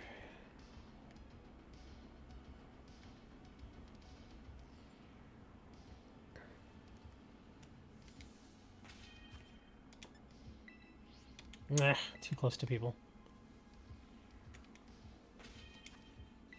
There we go. They're going to the boom boom room. Maybe. Hey, I've seen way too many of the Ditto fan service animations online, so you can just imagine what you want. Like, there's this one that I saw. It was actually pretty funny, and there's an expanded version of it too, which again, view at your own risk. And I know some of you are younger, so I would have to advise you not to look for those because it's not proper. However, if you're an adult, then obviously you can do whatever you want. But there was this one where there were these two girls walking by this guy who was sitting on a bench, and on the bench, he was there with his Pokemon, and he had two Dittos. And he's just chilling there, not doing nothing, not bothering nobody, just chilling with his Dittos. And the girls walk by him, and then they point and laugh at him, and they're like, haha, look at that guy, he's got two Dittos. And so he and his Dittos look over to the girls, and then he looks at his Dittos, and he has the Dittos turn into the two girls. And so the girls are like in shock, they're like, oh, you know, and they're like, what are you doing? Stop that. And then, wow. And then, to make it even worse, he puts his arms around the girls and he pulls them real close, and they're just kind of there, and it looks kind of like, okay. And so the girls are just like, stop that. And then to top it off, he goes and he has the two Dittos kiss. Remember, the Dittos are facsimiles now of those two girls. And of course, as the Dittos kiss, the girls are like even in more shock. It's really funny, actually. It's a bit out there, but it's pretty darn funny. No, that's not even, dude. I saw that on Imager. It was just on Imager. I've seen it reposted on Twitter too. Like, it was just there, and it's a Pokemon comic, so of course I'm gonna look at it. And so I read through it, and I'm like, oh my god. And apparently there's a longer version of it, which I'm not going to go into detail because, again, I try to keep it family friendly. I'll just leave it at that. Like I said, if you're an adult and you go and choose to look at it, that's your choice. If you're underage, I must advise you not to look at that stuff because it's not right for you. It's not meant for you. You saw that, Ness? You saw that one before? Yeah, it's actually one of the more popular comics. Because I see it pop up like every now and then, like every few months, it'll pop up on places like Tumblr or on Twitter or on Imager. I mean, I could probably find it. In fact, I need to let these guys kind of just sit here and do their thing so they can make some eggs. Let me see, where is it? Pokemon Ditto comic? Maybe? Oh, there's so many Ditto comics, it's funny. Let me see. Okay, yeah, there's a ton of them, actually. Some of them are actually really sweet, really nice.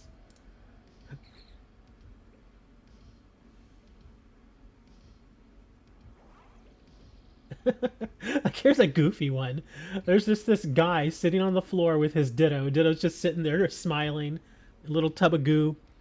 And he goes and he touches the Ditto, like, I guess on what is meant to be, like, one of its arms. And so the Ditto, it's being Ditto, it just kind of reaches out and touches his finger. And then the guy pulls away and he just stares at the Ditto longer. And then the very last panel, he's like, what are you doing later? And that was it. That's the whole comic. It's so stupid. Some of these comics are just hilarious. I'm trying to find one that I can share with you guys, like on screen. Because, I mean, I gotta let these guys sit here for a little bit making eggs for us anyway. So, let me see if I can find some more Ditto ones that are safe to post or share with you guys. I mean, I could share this one here. Let's see, Ditto comic.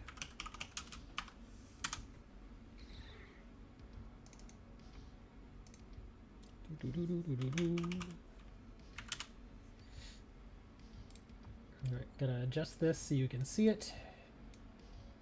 Alright, here's one of the Ditto comics I found. This one's fairly innocent. But yeah, there it is. That's the one I was just telling you about. He touches him. He's like, what are you doing later? I don't know. Is it just him trying to make a friend, or I don't get it. But yeah, that's one of the Ditto comics there. Like I said, there are so many of them. There are just so many of them. Let's see. God, it's so hard to find a safe one. Okay. There's a Manaphy comic. Okay, I'm not looking for Manaphy. What's this?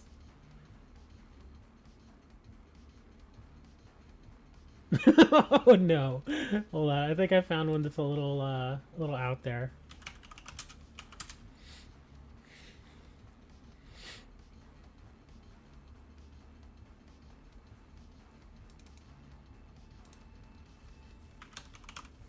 Alright, here we go. Here's another Ditto comic. I gotta arrange this one too. And again, this one starts out fairly, you know, fairly reasonable, nothing too insane, and then the last panel or the last 3 panels really. Here you go. See, boy's got himself a Ditto. He's like, hey, turn into a cactus. So he turns into a cactus. And he's like, hey, turn into this TV. And then the Ditto turns into the TV.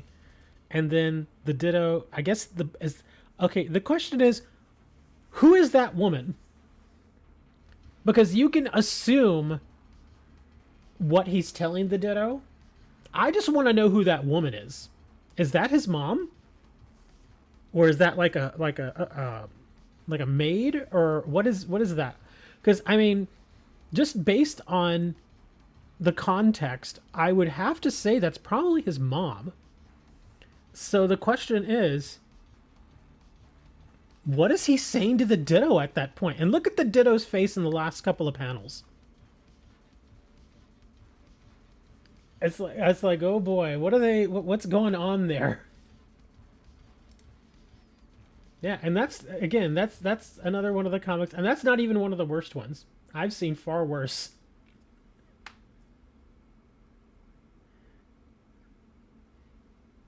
Oh my gosh, I can't find that one comic though. I cannot find him. I don't know where it is. And again, I've seen that one comic I was telling you guys about over and over and over again, but now I suddenly can't find it.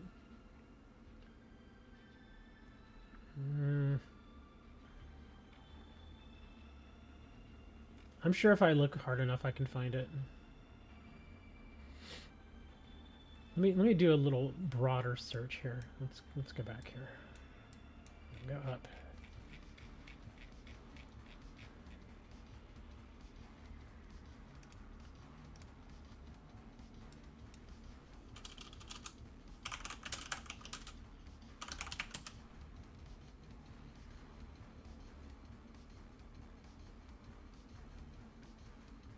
Oh, I found a clip of it, but I can't find the actual comic.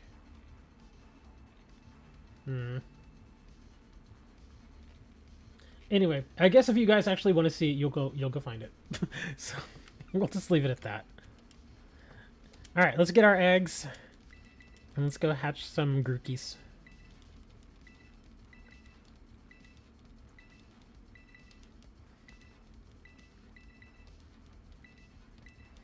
That's kind of insane that Ditto can turn into just about anything. I do have questions if anybody knows more about Ditto. Like, in that last comic, Ditto turned into a television. Now, when Ditto is a television, does it actually function? Or is it just, you know, him just being a TV and it's not like a real thing that you can actually, plug in and like watch television shows on. Because I imagine the innards of the TV would have to be real. So I imagine it's just a facsimile. Yeah, it doesn't feel like you would actually be able to do things with it. Okay, so you wouldn't be able to like plug it in and okay, yeah. So for a brief moment, he could probably disguise himself as a television that's turned off, and then like if somebody's like trying to find him or something, he could just turn himself into a TV, that sort of thing. Okay, that makes sense. That's what I kind of always figured, because it's one thing to duplicate the look of a particular item. It's something completely different to actually function as it. Like you can make, like a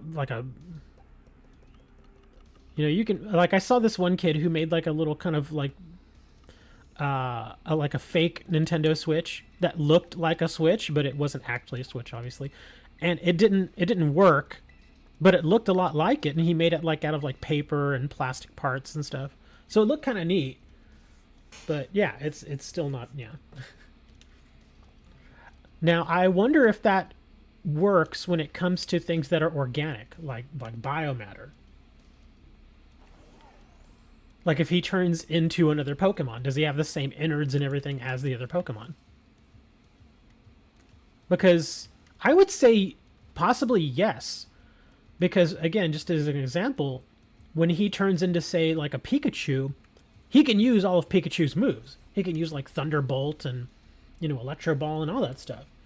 So if we're talking about just like within the world of Pokemon, I think that actually does work.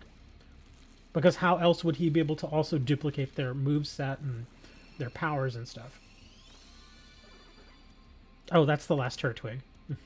Don't worry, we're getting Grookies. Hold on. Rotom might, though. Well, see, that's the thing. Rotom doesn't actually turn into any items. He can inhabit an electronic item and then control it. Like if he goes inside a microwave, he himself is not a microwave, but he can control it. So he can basically act as the brain and the power delivery system for something like a microwave. But he himself is not a microwave. Same thing like if he becomes a washing machine or whatever else he turns into. If a fan, he turns into a fan. Yeah, he is not the fan, but he can power the fan and control the fan, and that sort of thing.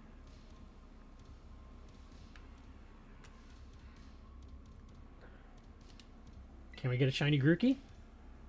Can we? Probably not.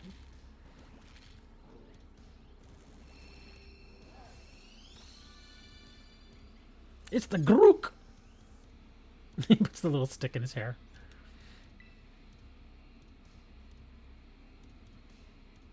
Could multiple Rotom inhabit a single item? I've never heard of that happening. Of course, my knowledge of like the manga and the shows and stuff is pretty limited, so I don't know. I mean, I guess they could try, but I mean, they could work in tandem, perhaps? Like, if it's a more complex machine, maybe they could kind of work in tandem and just kind of... Yeah, like if it's a car, you could have one of them power... I don't know, well, no. Because the car itself actually doesn't need any electronic items or electricity beyond the initial startup phase. That's what the battery is for. Because you actually, yeah, that's why there are old cars out there that you could just crank start them. So, yeah, you could, I don't think, I'm trying to think of an example of something that's complex enough that would require two Rotom. Maybe well, no, not a computer. I mean, I guess in a sense they could work in tandem in that way where one Rotom could inhabit the actual computer itself and power it and turn it on, and then you could get another Rotom to power like the monitor. So they'd be like, cooperating, but And most people refer to those two items together as a computer, although they are technically two separate things. Because one doesn't necessarily need the other to work, or to just turn on. Because if you wanted to, you could turn the monitor into like a television or something. Is that all my eggs? It is. Okay. Or at least all the eggs I had in there. Okay, let's see. Who needed the let's see. Put you over there. I'm just going to hatch all these eggs. I'm not going to save any eggs here.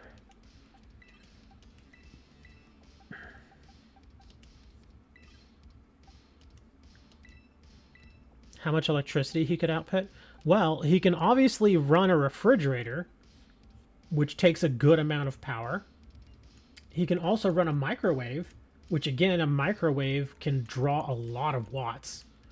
Some microwaves can draw 1200 watts, and that's just like their standard thing. So hold on. I gotta say though, and I'm not knocking you for this, I'm not. I've always thought taking a phone into the bathroom is a little weird. It just is, because when you consider what it is that you do in the bathroom, you know, at some point you're going to place your hands on your phone and your hands are not going to be that clean. You know, having probably, you know, put your hands on other body parts that are not always the cleanest places, that sort of thing. I just don't want to do that. I think about that and I'm like, I don't know. Because I've actually seen people get upset that, like, I'm one of those people, I don't do it anymore, but when I was younger, I used to keep like a magazine or two in the bathroom, and I just like leave it like on the tank, you know, the back tank of the toilet. And I remember, this is years ago when I was married, and my ex-wife was just like, why do you do that? That's gross. And then she would go and take her phone in the bathroom. And I'm like, which is more gross? Because the magazine, I look at it this way. Once the magazine is in the bathroom, it's a bathroom magazine. And it's going to stay there until I throw it away. It's not going to go anywhere else. It's not going to end up like back on the coffee table or anything like that. It's just, that's not going to happen. And so once I'm done with the magazine or whatever, and I don't want to read any other articles or whatever, it gets thrown away because I realize it's been in the bathroom. There you go. Enjoy your Grook.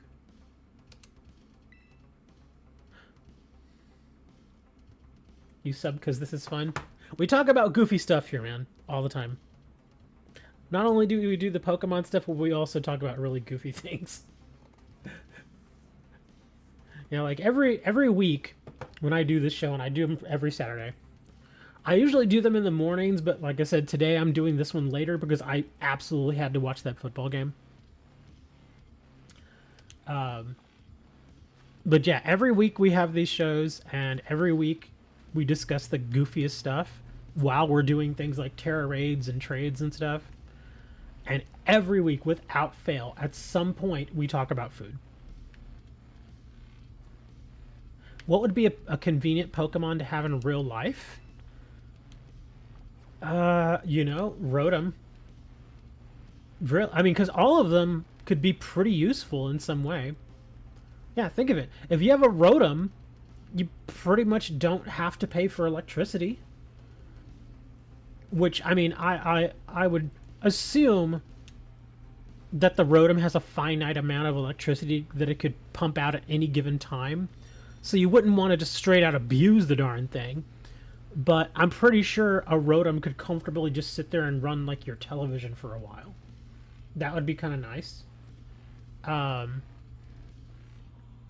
Charizard for flying. I don't know if that would be safe though.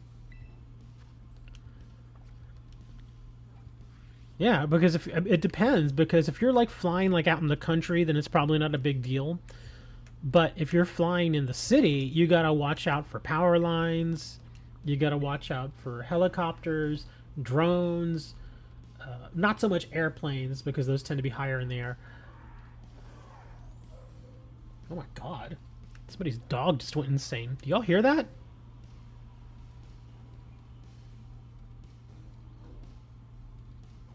Huh. Yeah, I think somebody let their dog out, and that dog was like, I was like, oh my god, what happened? It sounded like it was in a fight or something, which is a bit scary. Would not want a Munchlax because he would just eat everything.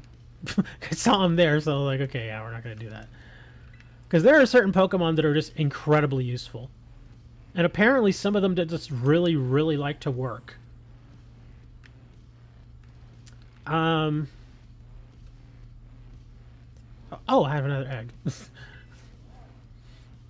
Absol would be pretty handy since he's able to predict natural disasters. Oh, that actually is interesting.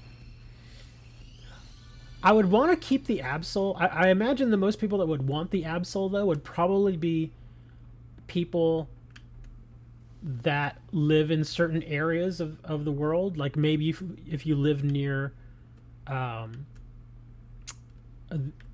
is it, like a tectonic fault where earthquakes may occur, then you would have the Absol there and it'd be able to predict that because that is a natural disaster.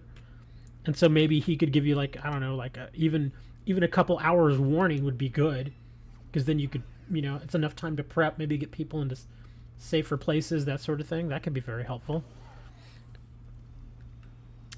Blastoise, he basically can provide unlimited water, which is the essence of life. Without water, nothing lives as far as we know. At least not for that long. So Blastoise would be very useful. I like the Alchemy.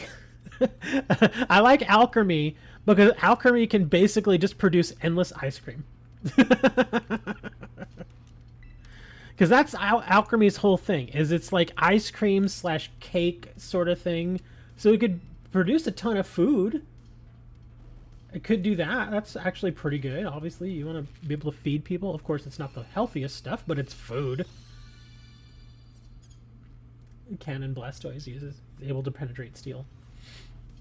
I would say probably the best thing that he could do with those blast cannons is to maybe go to an area where he knows there's not going to be anything directly in the air above him, and then just shoot them out. Like, if that's like his thing, like he likes to just shoot them out as hard as he can, that he could just go there, shoot the water out as hard as he can, and then just shoot it straight up into the air, and then the water itself will just naturally fall back down, and it'll be like a rain. You know what I mean? It'll be like a rain shower. So that couldn't be too bad. Trying to think what other Pokemon. Oh, there you go. You've got your nose pass right there in the background. He's a compass. I don't know how useful he would be in today's society because we all have, most people have phones and stuff. But I guess he'd be good as like a landmarker because it seems like he's just content just to sit there. Yeah, like if you go and you look at these nose passes, all they do is they just sit there. And they just point north. So at the very least, they are somewhat useful. Pikachu's another one that can provide electricity, but I think he provides it more in short bursts. So it'd be a little more difficult to sort of get him to really be useful, I guess, in that way. I'm trying to find a 5-star raid. That's why I'm running around here, and we're talking about this. Oh, this guy. There you go. He's a donkey. I mean, donkeys are just useful. They're very useful on farms. And then when he turns into a Mudsdale, he's a horse. Oops, I didn't mean to run into this guy. But yeah, when he becomes a Mudsdale, he's a horse. One of the most powerful horses on the planet. So, yeah. So he would be useful. Luxio. I'm looking at all the ones in front of me now. Oh, crap. You jerk! He killed my Talonflame. But I think he just killed himself, too. Oh, no, he didn't. Oh, but I burned him. He should die. There we go. We killed each other. Oh, now all those Grookies leveled up. which isn't necessarily a bad thing. Oh, no, they're all going to evolve. No, no, don't evolve. I mean, not like it matters, but now I have to go through the evolution process of all of them. Okay, I was pressing B, that's why I got them to stop.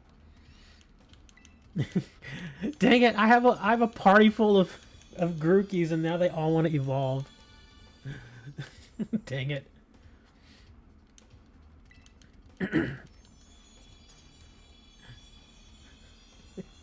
Jirachi, even nice, having any wish you want granted for no cost is insanely useful.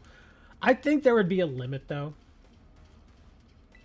Yeah, because, I mean, imagine if you actually could just wish for anything you wanted. There'd be very bad things that would happen. Very serious consequences. Will you stop trying to evolve? There'd be very serious consequences if you could actually get any wish granted. Like, very serious consequences.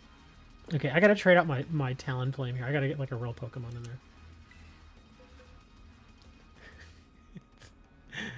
Oh, here, I can put my old team back in there now. Here, let's get our Melodic in there.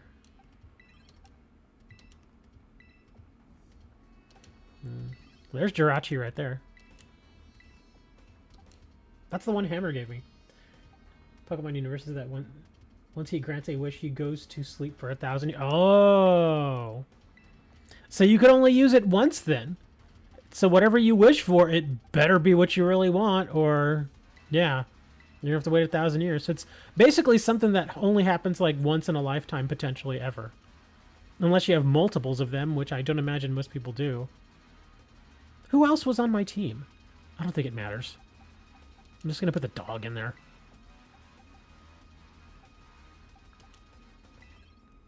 Oh, and that guy's level 100. I don't want him in there. Here, let's put the ogre over here. I guess... if you were going to wish for something, it better be something that the entire world would benefit from. Like, maybe somebody could wish for, like, I don't know, like, world peace or something. It seems kind of goofy and, you know, oh, everybody wishes for world peace. But if Jirachi could actually make it happen, then that's good to a certain extent, because you would also have to consider, well, what is the definition of world peace? Do you just mean peace as in no wars? Or do you mean peace as in, you know, there are no bad people? Or how would that work? Oh. Oh, a fairy type. Fairy doesn't like poison, right? And I'm not saying steel because this guy's going to do fire. So you should not bring a steel to this. So I'm going to look for a poison here. Let me see. Which one of my... I don't really use poison that often. So I kind of have to think... I could bring this guy. Let's see, what are his poison moves? Toxic, Venoshock, Heal Pulse, and Nasty Plot. He is trained. So I guess this whole thing is just Toxic and Venoshock. Okay. I guess I'll bring him. It's only a 5-star. And I guess you guys can carry me. Yeah, also imagine you can't wish for infinite wishes. Well, maybe you could, but in order to get those infinite wishes, Jirachi would have to be awake. So yeah, you would technically get infinite wishes, but to get the next wish after that, you'd have to wait 1,000 years for him to wake up. So good luck waiting that 1,000 years.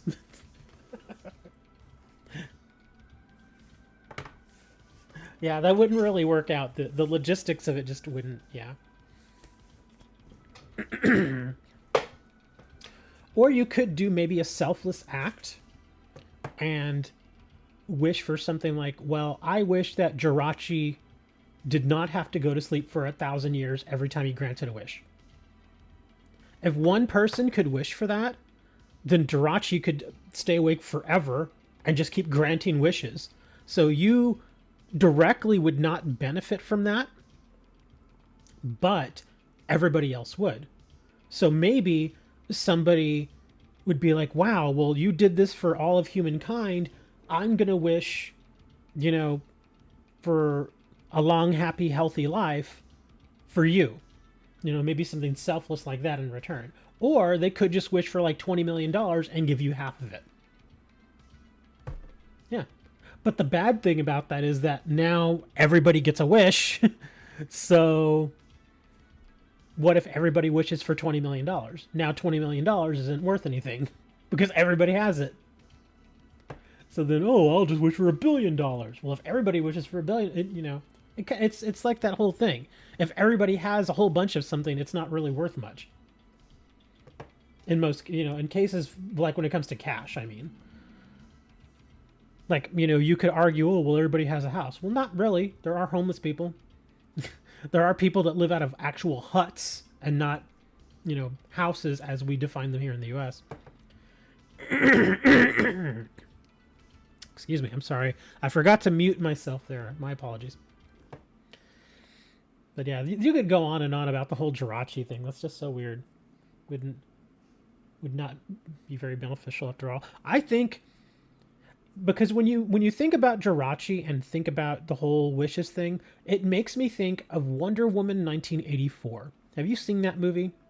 If you've not, I don't really blame you. It's not a great movie. It's kind of eh. Two people. Yeah, we should be able to do this with two people. It's fine. It's not a great movie, but it's okay. It has its moments.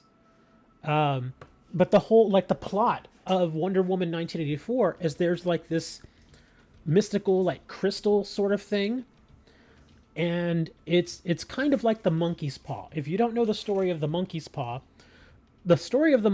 basically goes like this.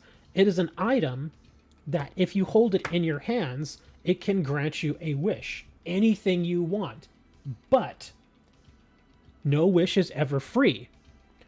You'll be granted your wish, but you have to pay something in return, and the monkey's paw decides what that cost is.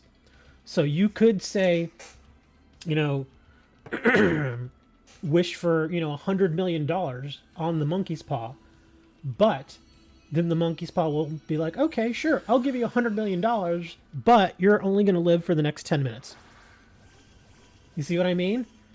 It's like you get something, but you're going to have to pay a hefty price. That's basically what the crystal is in the Wonder Woman movie. It's just like that. You can get what you want, but you have to pay basically what is the most dear thing to you, like what is dearest to you. So say, for instance, if you wanted, you know, $1 million, you could get the $1 million, but the most precious thing to you would be taken from you. And of course, that varies from person to person. The most precious thing in your life may be your wife or your children or something along those lines, or maybe even a physical possession, that sort of thing. And so, for instance, if there's a woman out there who's got a kid and is like, wow, I wish I had, you know, $100 million. Great, you get the $100 million, but then your kid probably dies. So, yeah, it's rough. I think that's kind of how it would end up being with Jirachi, because eventually in Wonder Woman 1984, it gets to the point where everybody is able to ask for a wish and it's granted.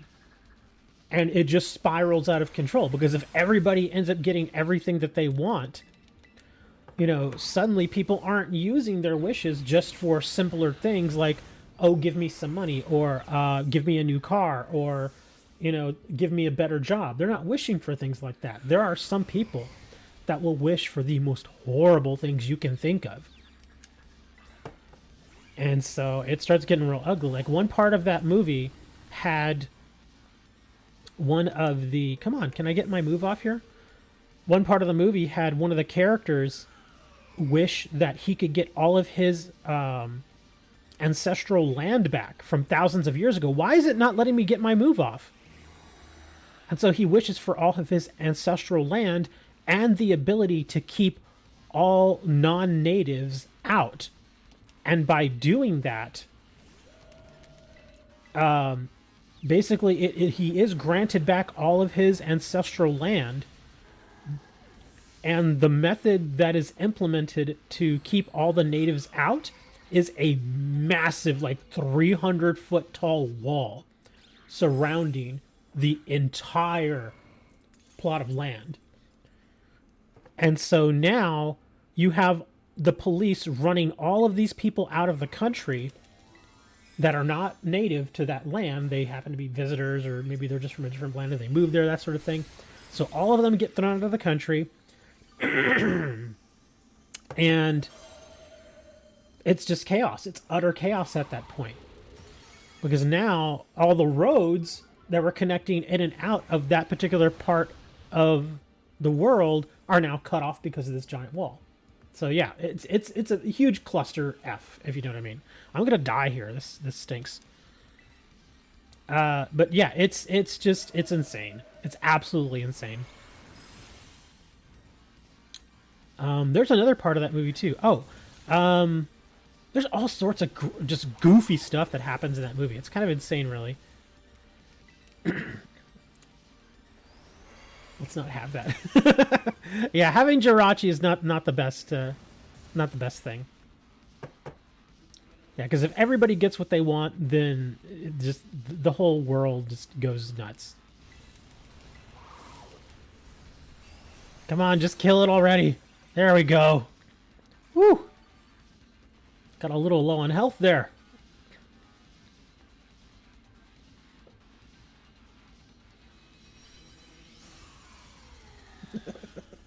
Okay, I guess let's go back to useful Pokemon again.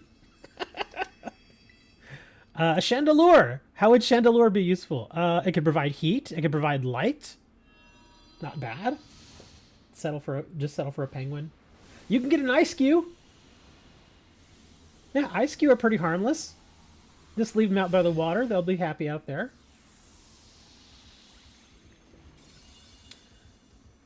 You did fine. If you want like an actual critique, I can give you a critique.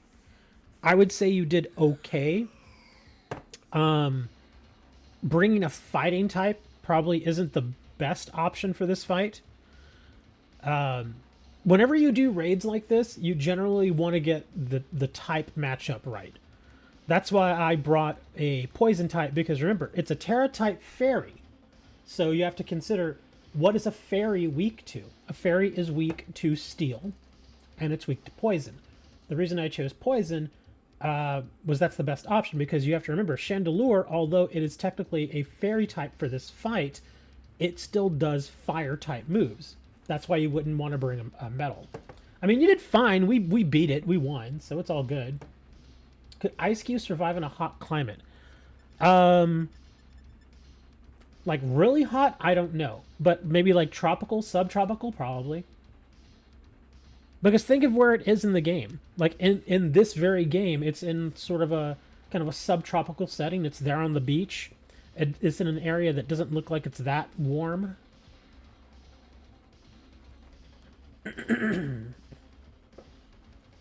So I don't know, maybe Did you catch the Chandelure though? I would say catch the Chandelure if you don't have it.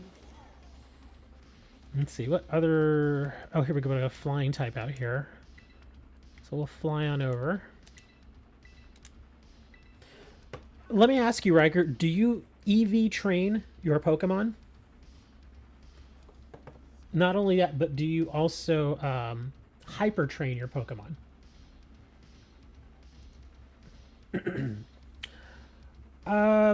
As far as I know, depending on the penguin, because there are different types of penguins, but depending on the penguin, they could probably like if you take a penguin that you find like on Antarctica for example. If you take one of those little guys and you bring them, like, say, here to Texas and expect them to live, like, outside here in Texas, it's not going to work. Those poor things will die. They just have too much fat on them. And during the winters, they'd probably be fine. But during the summers, they would just be in so much agony. It just would not work. So, yeah, you definitely wouldn't want to put them in Texas. If you take them and put them in, say, like, northern Canada, probably be fine out there, because it's always... It's fairly cool out there, even in the summer. And in the winter, it gets very cold, and they're built for very cold. So, yeah. Looking at dirt. Oh, well, thank you. I'm just kidding. What's going on, man? Okay. So, oh, we got a Snorlax here. This guy's a pain in the butt. I hate Snorlax. He's a pain in the butt to fight. But Riker, here, I'll show you what I mean by hyper training and by EV training. Here, we'll take a look at my Darkrai here, my creep show. Yes, you are more than welcome to join in, DJ. Okay, so, here we go. Hyper training, first thing we'll look at. Is this? Oh, this doesn't actually tell me. Hold on, I have to go to my box. Hyper training is something that you do, like, when you were watching us win that 6-star raid, you noticed that 2 of the rewards we got were bottle caps. Bottle caps are a currency that you will absolutely want to hold on to, because there is a gentleman in the other map of this game that if you go to him, he will offer to hyper train your Pokemon. Basically, all the various stats that they have, HP, special defense, speed, all of those stats, if they are not considered quote-unquote the best, then you can get them hyper trained. And every time he hyper trains one of those specific stats, he asks for a bottle cap.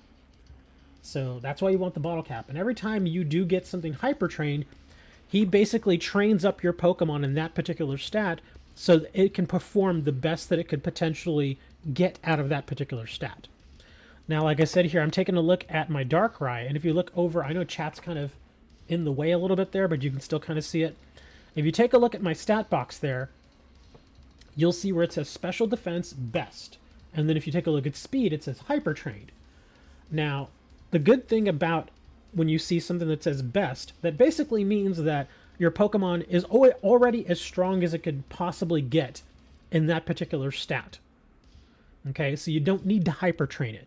Now, when you look down at Speed, you'll notice I hyper train it because it was not considered best. So anytime you don't see best there, and it's a stat that your Pokemon can definitely benefit from, you're going to want to hyper train it. And for each one of those stats costs 1 bottle cap. So in this case, 3 of my stats were already marked as best. And so I didn't have to hyper train those. I only had to hyper train the other ones. And so I only had to spend 3 bottle caps. So that's kind of the easiest way to go about it. One other thing you might want to look at here, and I think it's probably best if I go to summary. Yeah. Besides hyper training, you will also want to do EV training. EV training, EV, not EV the Pokemon, but EV as in E, the letter E and the letter V. It stands for effort value. And the effort value is something you can get just by using your Pokemon out in the world, by fighting other Pokemon, or you can get it via things like vitamins that you can, again, get via Terra raids, or that you can buy in some of the stores in the game. Now, vitamins are not cheap, but they do provide significant benefits. So, as you'll see here, my stats here actually look pretty good, considering what I'm trying to do with my Darkrai. They could be a little bit better, but they're pretty good. Now, that's just your regular stats as they are. The effort value that is assigned to each of these is presented in this chart here. You'll see in the background where it has yellow, that is your regular stats and where they're sitting at right now. The effort value is just how much effort that Pokemon puts into each of those stats. As you can see, I maxed out my special attack because that's the thing that's going to benefit me the most. Okay? Now, I didn't put any effort or very little effort into my regular attack because, again, that's not something that I'm going to be using. Regular attack basically means things like physical attacks. Special attack are things that are considered, I guess, more of a magical-based kind of attack. So that's how you can kind of tell the difference. So when you get a Pokemon like this, you want to, like I said, make sure it's hyper-trained. If it needs it, doesn't always need it. But if it does, you definitely want to hyper-train it. And you want to EV train it, which is the effort value thing. Those 2 things alone can make your Pokemon much better at doing damage and much better at survivability. The only reason that I'm not too worried about this guy right now and his defense is because he's still level 80. So as long as I can get both of the defense and special defense to at least 200 by the time he's level 100, it's fine. Okay. So Those are the things that you really want to look at. So just because your Pokemon is level 100 doesn't necessarily mean that it's ready to go. Like, see, like this little guy, he's only level 71, but as you can see, he has very little training. Once he gets more training, you'll see that solid yellow part in the center start to get, you know, bigger and bigger and go into different directions, depending on how you train it. Let's see. Same thing with this Jirachi. This Jirachi has not been trained up enough. It still needs it. The Probopass is done. This guy has no training. He absolutely needs to get some training. But just to kind of give you an example, like say for example, if I go, let me go back out over here. Let's go to Jirachi. And we'll take a look at Jirachi here real quick. Jirachi, it looks like is, oh wow, his stats are kind of weird. So, oh, okay, so his attack is all weirded out. Okay, so Confusion, Zen Headbutt, Life Dew, and Wish. Based on those moves, now of course you can always change the moves that your Pokemon uses, but if I were to stay with this particular move set, if we take a look at the moves, Confusion is a special attack, Zen Headbutt is a physical attack. If I'm going to be training this to use for Terra raids, I generally want to choose either physical attacks or special attacks only, just so I can excel at one particular thing. If you're going to be training it to face other people, like in versus matches, you're going to want to train it differently. Okay? You want it to be more balanced if you're going to be going up against people who, you know, actual other players. But if you're only doing Terra raids, you can afford to just max it out in one particular direction. It doesn't necessarily have to be balanced. But in this case, I think what I want to do... Wow, okay. I think I want to change moves, actually. I'm not crazy about Zen Head, but... Oh, here we go, Psychic. I'm going to put Psychic in there instead. Yeah, let's change that out. So now, my 2 attacks that I have here are special attacks. So in this case, what I would want to do is I want to increase my special attack. So to do that, with vitamins, I can go to my bag, and we'll go right over here to this little candy section here. And then these are your vitamins. You got your HP up, your protein, your iron, your carbos, calcium, and your zinc. Each of those, if you read the description, it tells you exactly what they do. In this case, we're going to be going for calcium, because that is going to increase my special attack stat. So let's do this. Since I'm going to go all out special attack with our Jirachi here, let's just give him as much vitamins in that stat as I can. This might actually max it out. So I'm going to give him 25 of these. Now again, keep in mind, I personally don't really like using vitamins because they are expensive. I don't mind grinding out these stats. So yeah, it's your choice how you want to do it. It's your money. So I just gave him a crap load of calcium. So let's go take a look at his special attack stat now. It should be much higher. And yes, it is much higher. It is now 152. And let's take a look at the effort value. Look at that. It's maxed out. So he's going to give maximum effort for his special attacks now. That's how you want it if you're going to be, you know, focusing on special attacks. Now, keep in mind, he is still only level 50, so all of these stats will go up, so don't worry about that too much right now. But as far as effort value and explaining it, that's kind of a crash course in it. I know some of my explanation is a little kind of rocky and not perfect, but that kind of gives you the idea. And whenever you go to your team and you start looking at your various Pokemon, if you want to see what their effort value is, hit the left shoulder button. Just click it once and you'll see that, and it'll show you how the effort value is distributed. Now you can't just max out everything maximum effort value. You only have a certain amount that you can get to. So when you're distributing effort value throughout this little screen here, go for the ones you definitely want to use the most, or you think that your Pokemon would benefit from the most. Because there is a limited number, and once you reach that cap, you cannot train it anymore. You can untrain it and then train it a different way, but of course that takes more resources, more money, that sort of thing. So there you go. That's a little crash course. There is, if you're not familiar with some of the websites with Pokemon, there is an explanation uh, of how to do it a little bit better than how I explained it over on Cerebi.net and also on Bullpedia. Both of those are Pokemon wiki sites that get really into depth on how to purposely train Pokemon in certain ways if you want them to be able to excel, maybe as more of a defender, maybe as more of a support, or more of an attacker, that sort of thing. The explanation wasn't that great. I tried to put in as much as I could, but whenever I explain this stuff, I get a little scatterbrained because I want to try and move through it as quickly as I can, but still provide a decent amount of information. but thank you for the 10 of 10. Okay, let's go do Snorlax now. Okay, this guy is a massive pain in the butt. He's a huge pain in the butt.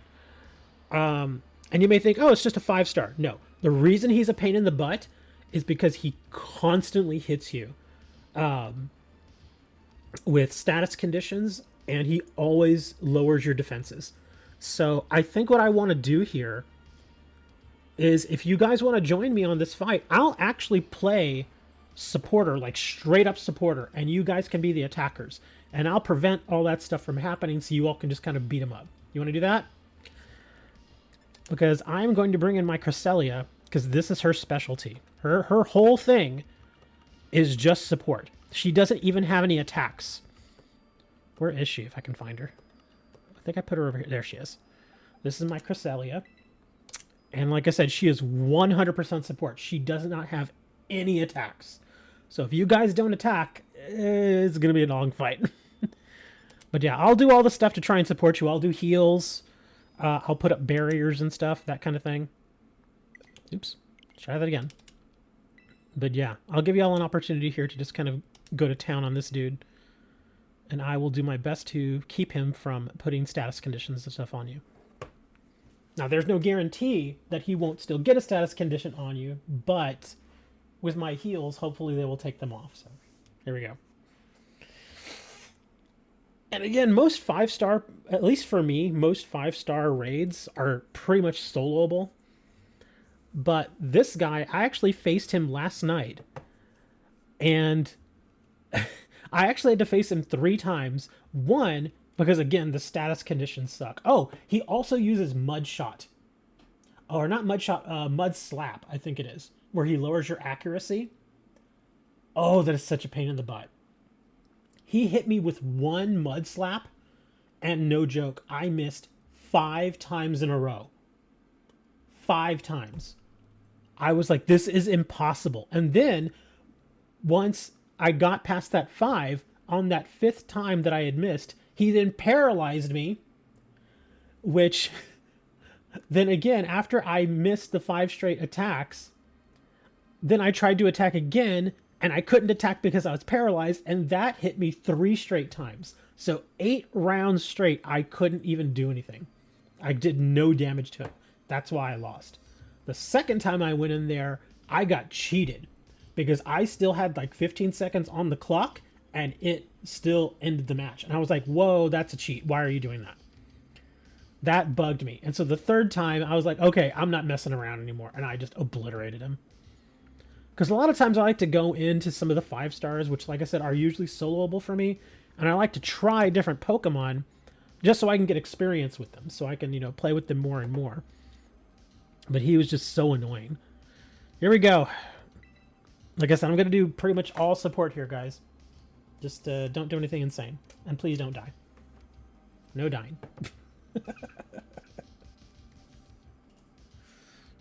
I will probably start with Safeguard. Yeah, I think I'm going to start with Safeguard, and then I'll go Mist. Or not Mist. Whatever other thing I have.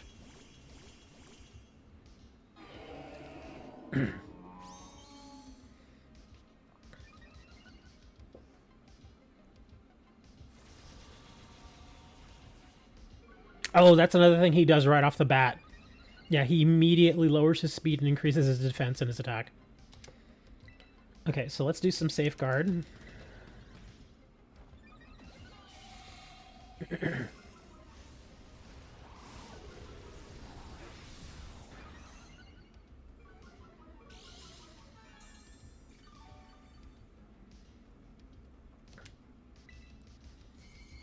Oh, no!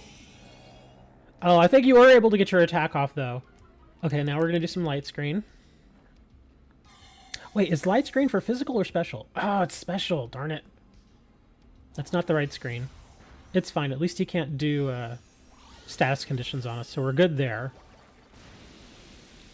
I am going to do a heal here, so don't worry. Just don't die quite yet, but I will do a heal right here.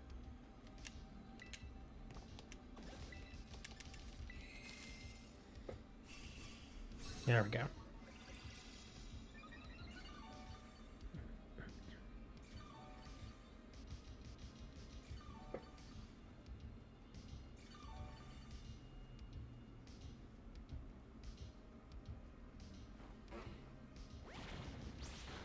Oh, is that going to paralyze me? Please don't paralyze me. Okay, good.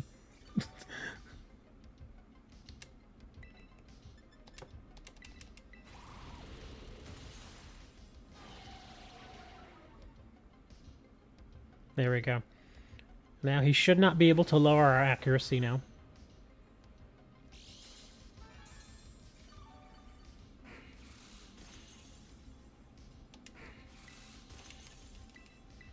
All right, Lunar Blessing.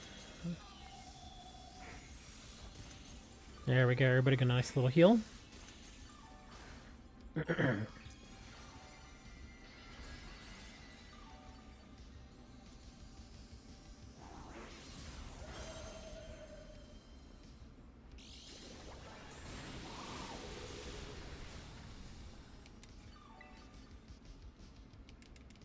I'll do one more Lunar Blessing, and then I'm going to refresh everything.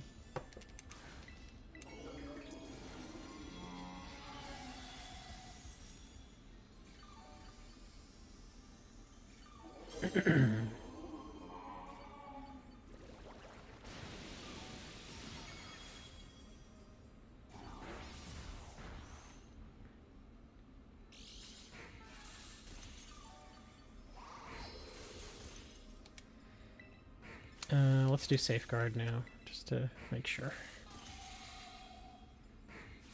There we go. Excellent. Uh-oh. Uh-oh, you guys suddenly got in trouble. What happened here? Riker, remember, if you need to cheer heal yourself, there is no shame in that. Yeah, like if you get really low like that, it's perfectly acceptable to use one of your cheers to heal yourself.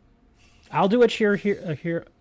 I will do a cheer heal right now, but you are more than welcome to do one yourself. Just remember, the biggest thing is do not die. You cannot let yourself die. I think we're fine here. Yeah, because we got a couple of big heals, so we should be good. Let's do some mist again. Yeah, we should be good here. We're fine. Even a death at this point would actually be fine. You have Cloyster. I love Cloyster. He's the man.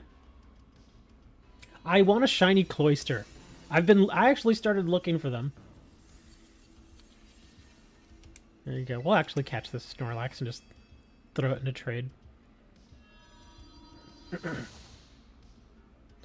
Oh, and since there's a couple of newer people here, do the newer people want my secret to getting Master Balls? This isn't a joke either. Do you all want my secret to getting Master Balls? And to getting ability patches. Which ability patch is like one of the top tier items. Not the ability capsule, which is okay, but I'm talking about the ability patch. And it's the easiest thing in the world to do, although it's a little time consuming at times.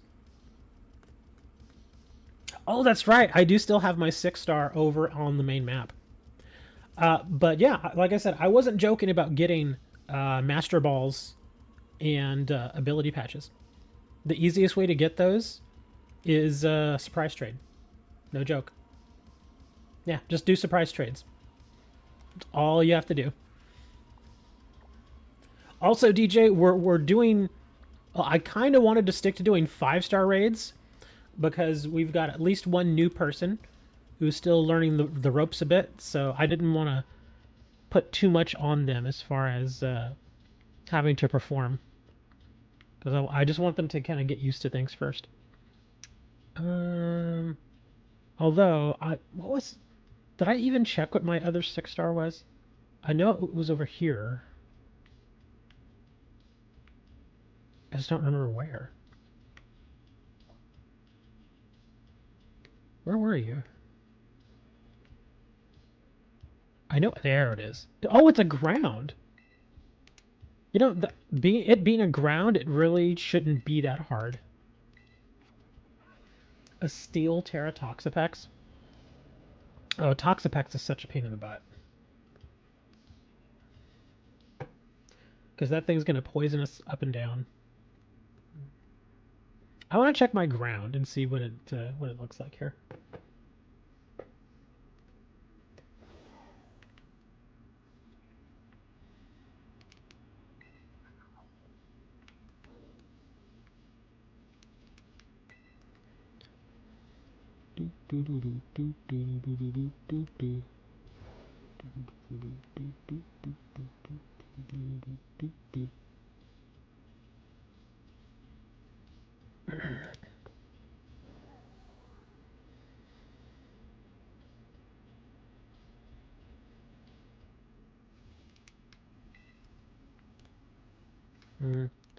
The light here is messing with me a little bit.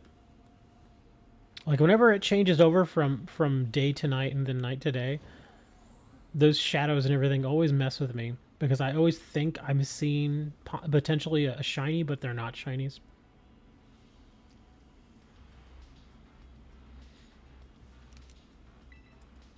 Oh, an absorb bulb. All right, let's see what this thing is. Is that a cloth? You know, this guy should actually be really easy. Because, well, actually, wait, he's a cloth. Huh. I'm thinking just going with like a water type. Yeah, I think any water type here would probably work. Yeah, this one should actually be a pretty easy 6-star. I could probably even solo this.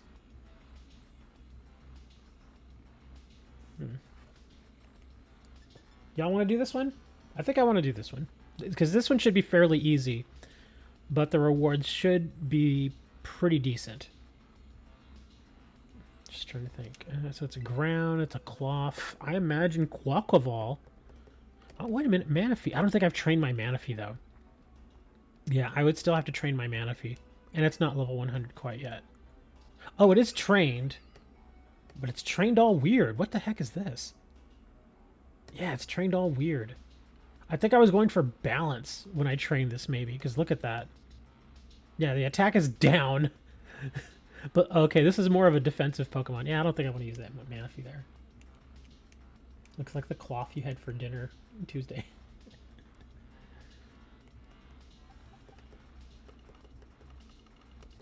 Yeah, and this one, I think I could probably just use my Quaquaval.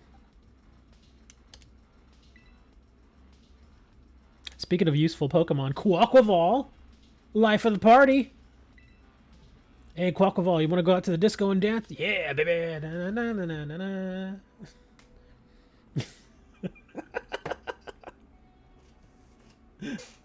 Seriously, man, could you imagine going to the disco and you bring your Quaquaval?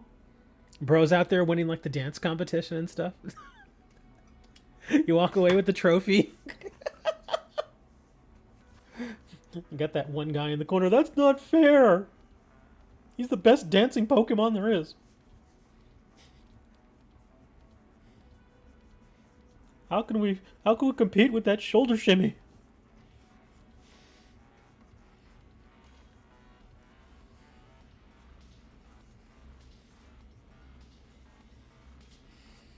And you've got the one person out there with like the Meowscarada out in the corner, getting all angry.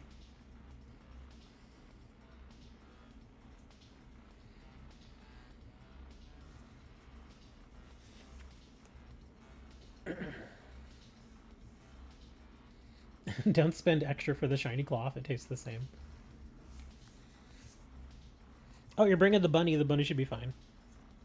You know, Riker, if that cat is max level, that's actually not a bad choice. Yeah, because the cat is grass. So grass versus ground is actually a good matchup. So yeah, if the cat's level 100, that's not a bad choice at all. I would bring that.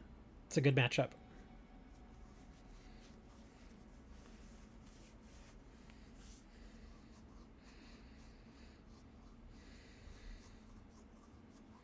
You're bringing the sea weasel. I'm bringing the dancing queen. Seriously, I'm not gonna lie. Of all the starters, the Quaquaval is the best one. It just is. I know people are like, "Ugh." It's weird with Quaquaval because they either you love it or you hate it.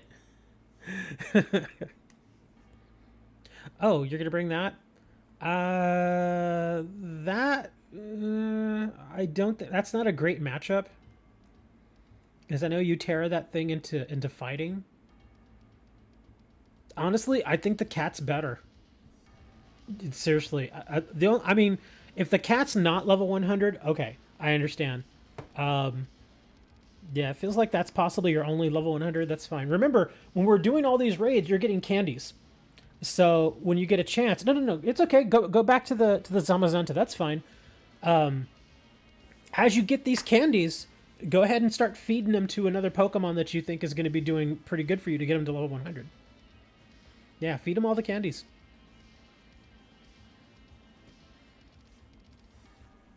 That's why I like doing Terra raids, especially if you need candy, because this over time you just get so much of it. In fact, I maxed out my candy again the other day, and I forgot. So I was sitting at 999, and I was doing Terra raids, and I went back and I looked, and I was like, oh crap. So I basically wasted all those extra candies, because once you hit 999, they just go away. Nothing happens. It still bugs me that it only maxes out at 999. It should be 9999. Yeah, it should be in the thousands, I think.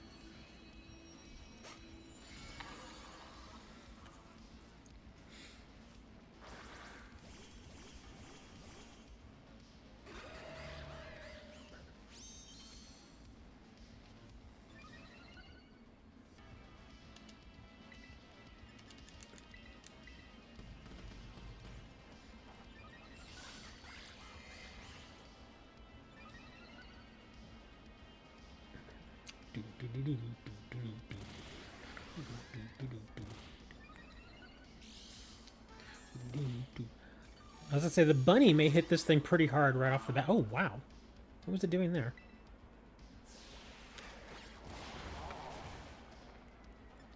All right, let's get some liquidation going here. Bam, good hit.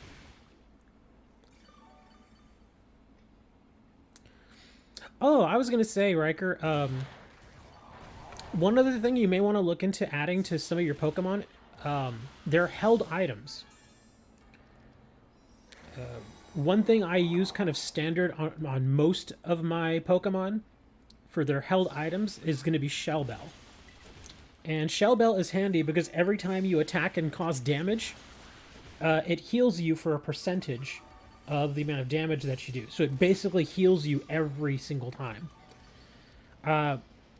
Now, the downside to the Shell Bell is it's not a guaranteed amount of damage. So if you do almost no damage, then your heal is going to be, like, almost useless.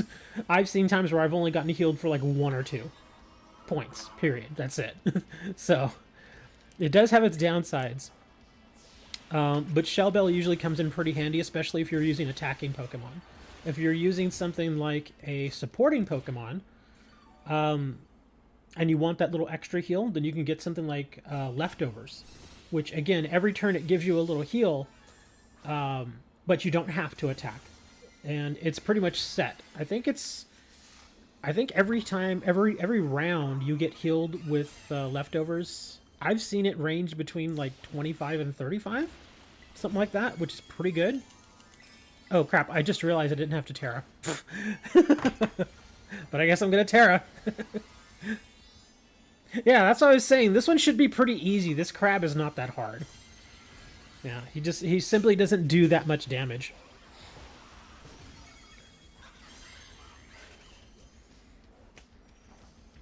I mean, if you don't have him, I would still catch him. Because he's going to be level 75 when you get him. And he's going to have the quote-unquote amazing stats, so it's not bad. Even if you have another Cloth, if you don't have one that's like as high level or has as good as stats, this one might be worth catching. I actually was doing that for a while, where I would just catch the Pokemon that I needed just to complete the Pokédex. But then over time, I would go through and slowly replace the ones that just didn't have great stats. So yeah, this would be a good replacement catch. And who knows, maybe this guy will give us a bottle cap and maybe a Mystica.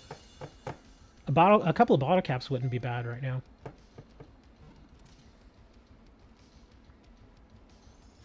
Wow, those rewards were not good. Yeah, that I expected more from that. Relaxed mint, a PP up. Yeah, these rewards were not good. Not for a 6-star. This is more like 5-star reward. Yeah, I expected more than that. I was hoping for at least one bottle cap. It happens.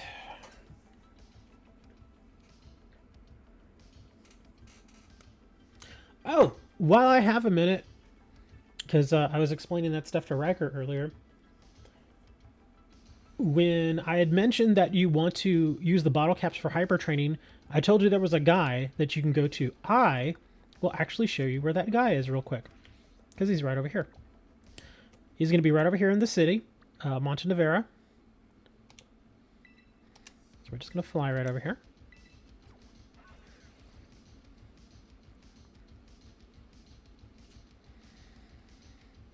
And once this screen loads in, you'll actually see him. See him back there?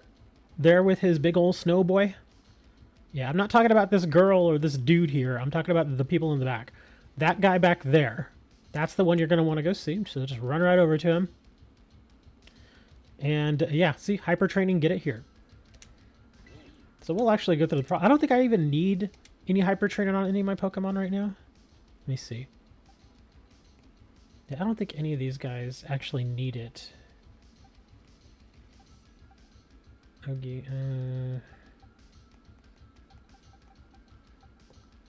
I'm just trying to use one as an example, but I think I've already hyper trained all the guys that I need hyper trained.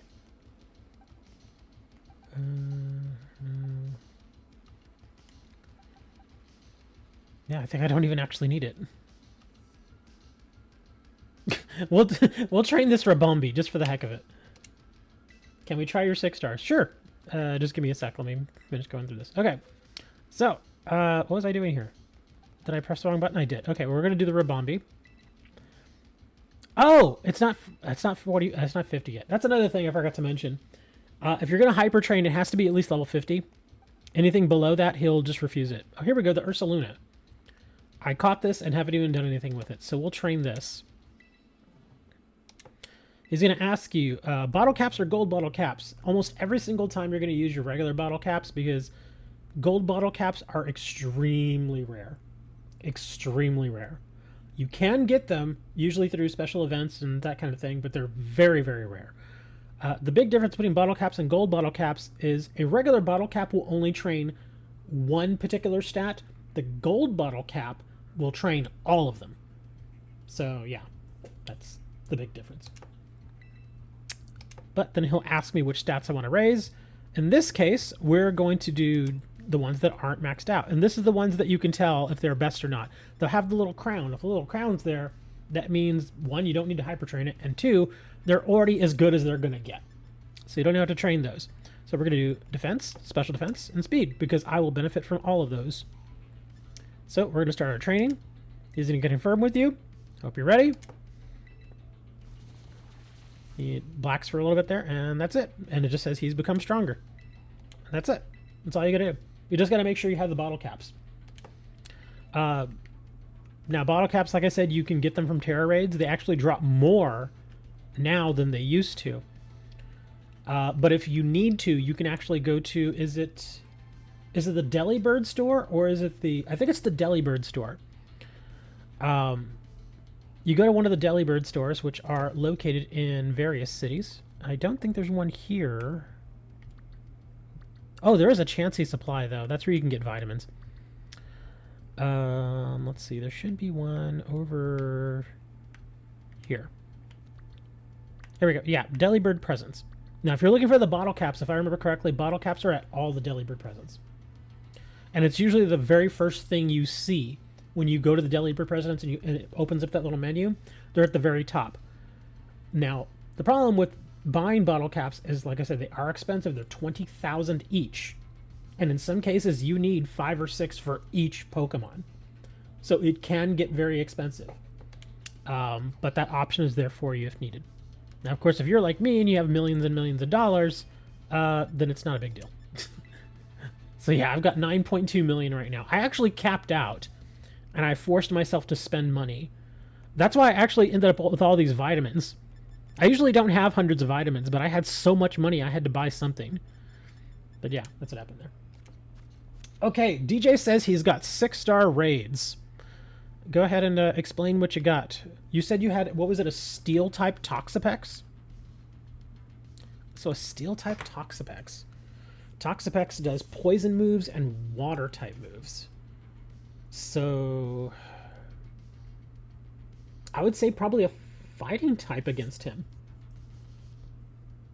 Yeah, I would say probably a fighting type. Yeah, if you want to do that that Toxapex, go ahead and throw that in, because I think a fighting type would probably be best for that. Let me see, Toxapex, poison water. It does Venoshock.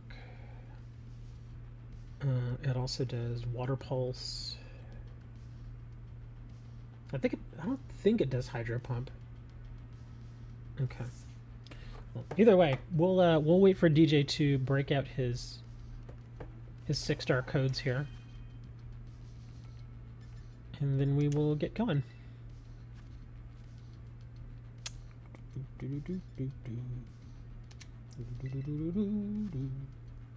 How long have I been streaming? Almost 3 hours. I think I'll probably stop about the 3-hour mark. Like, we'll probably get your 2 6 stars in, and then I may call it. 3-hour stream's pretty good.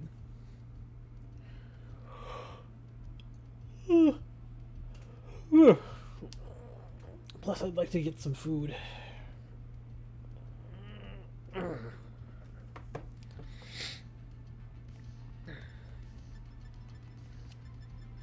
DJ, are you there?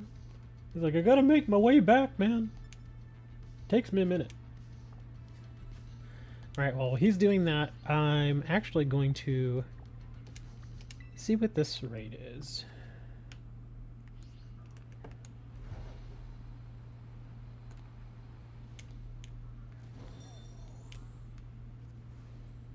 Oh, you're looking for a good one to use? A good fighting type. Let me see. Urshifu would be good. Iron Hands would probably also be good because he's electric and fighting. Lucario, I believe, is fighting in steel. Actually, Lucario would be really good. Yeah, because not only is he fighting so that he hits that steel type really hard, but he's also steel, so the poison attacks from the Toxapex will not hit very hard, or I don't think they hit him at all. I think he's immune.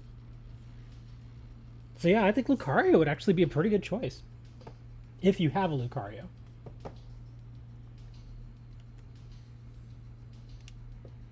do we got here? Oh, we've got a 3-star chicken.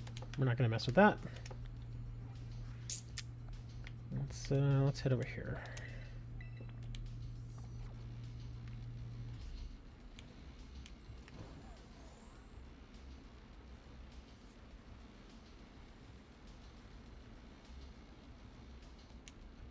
Hold on, let me land here. Alright. Here we go. 3FS.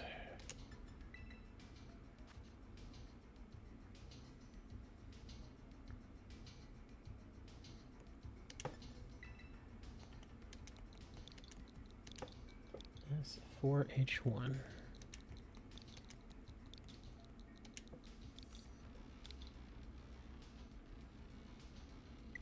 Oh, come on! Stupid communication fail. What do we got here again? 3FS. You have to keep in mind, though, as far as the whole belly jump thing, when it comes to the 6 stars, You got to remember those. It's not instant when it comes to the 6-star ones. You have to be a little more careful there.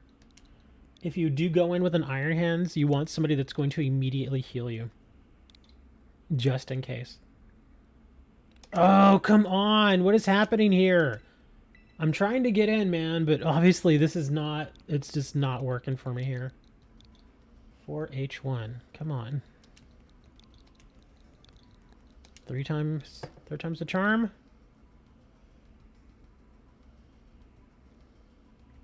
Man, I'm gonna get in with like a minute left. Okay, hold on. Let me change out here. Let me see. Who did I... Oh, I could bring my chicken. Yeah, I could bring my super chicken. Let's see. Flying and fighting versus poison and... Yeah, it should be fine. I'll bring my super chicken. Let the other player screech. Yeah, screech would be handy. Yeah, if somebody has a screech available, that'd be really good. I'm bringing my super chicken. If I'm not mistaken, I believe I lower his defense with my super chicken, so that might help a little bit. I lower something. I know that. I think it's either defense or attack. I can't remember. I want to say it's defense because that special kick that he does, it does really good damage, and then it also lowers a stat. I forget exactly which one it was though. I'm pretty sure it's defense. So yeah, if I can get a couple of kicks off and then the Iron Hands could just hit him with the belly drummed drain punch, should be fine. Don't look at the name of my Iron Hands. Did you name your Iron Hands Doug? His name is Doug. Oh, we have a supporter Pokemon. Nice. We do have a Screech.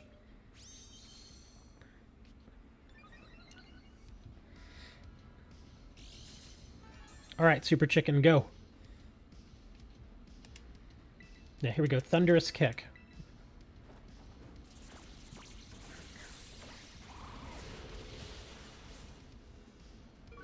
Ah, there we go. It does lower his defense. Nice.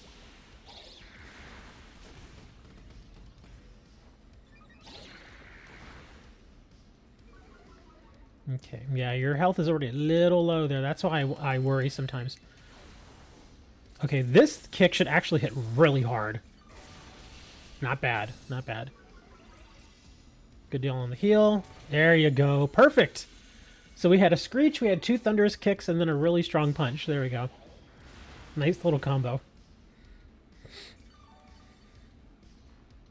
And I'm still lowering his defense even with his shield, so... Whereas our Umbreon, unfortunately, can't use their Screech anymore, I can still lower his defense.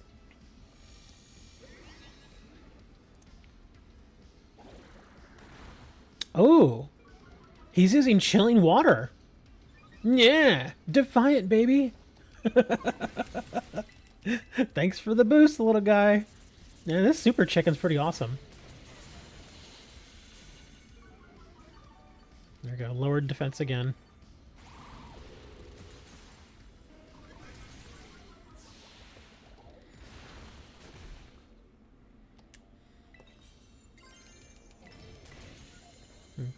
Okay, this should finish him here, this last kick.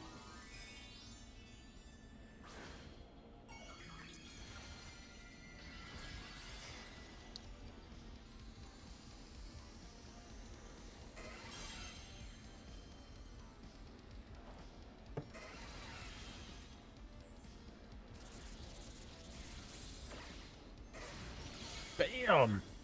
You can't deal with the Super Chicken?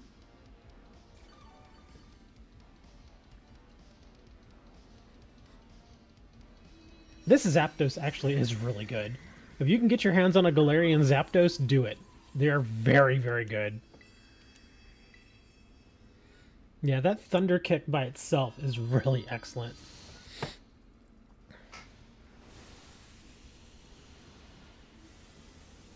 Yeah, Thunder Kick, plus he has Defiant. So good.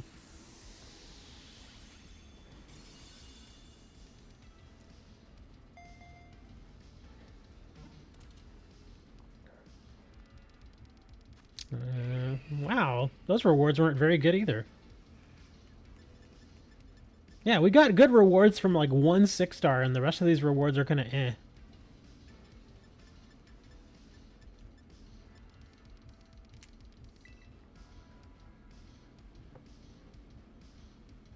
Zapdos is very good. Just ask the good folks over at KFC. I don't know, man.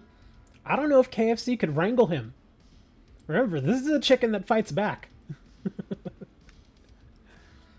He's no ordinary chicken. He is defiant.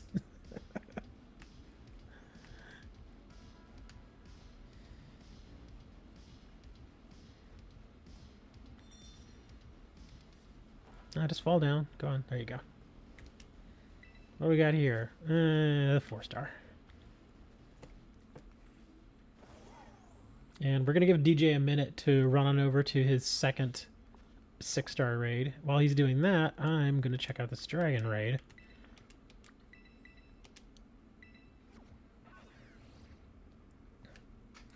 And my daily reminder to tell you all that if you don't do it, you absolutely need to go check out the Pokemon auctions in the game. If you go on down to the port over on the west side of the map, they have auctions there. Wow, Curlita. We're not getting any good ones. But yeah, I was going to say the auctions over here, yeah. They always have good auctions there. Get all kinds of good stuff. I guess let's check out this psychic type, if I can get over there. Can you imagine trying to eat a piece of chicken and it kicks you in the face? That's Zapdos piece. How do you know? It kicked me in the face.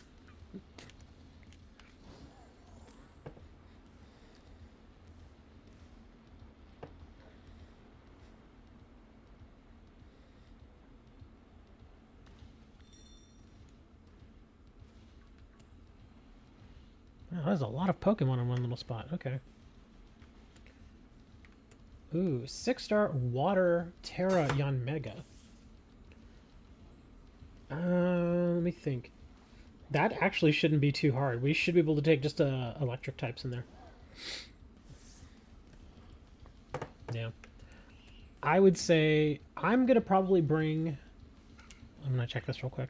Oh, wow. Oh, a 5-star Garchomp. Okay. So if you want, we'll do your 6-star, and then we'll do my 5-star Garchomp to finish things off. But I would think for that Water Yanmega, probably Miraidon. Yeah, I would think Miraidon. Because there's nothing that Yanmega does that's going to hurt the Miraidon any more than normal. What is Swanlu? Is that your code? Is that the actual code? Can that even be a code?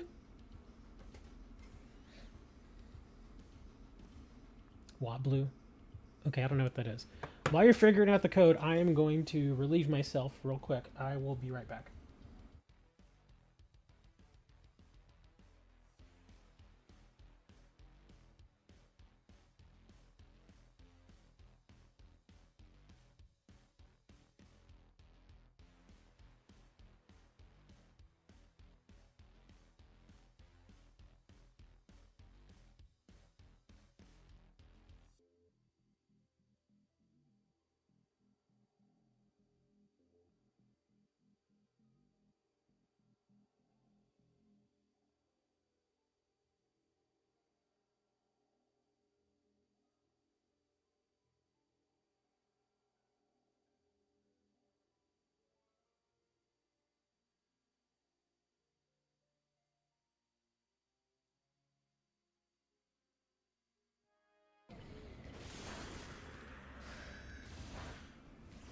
Yeah, he keeps hitting me super effective, and I'm like, what move is that?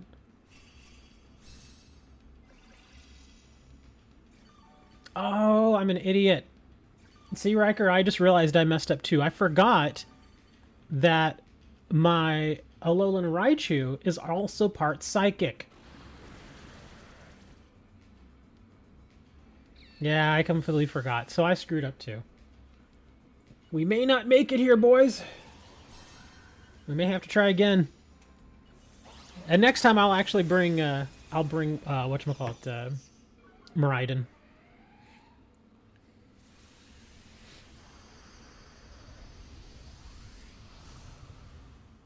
Yeah, I completely forgot that my Alolan Raichu was also part psychic. That's why when he started getting hit by the bug moves, I was like, wait a minute. And I was like, oh, crap, that's right.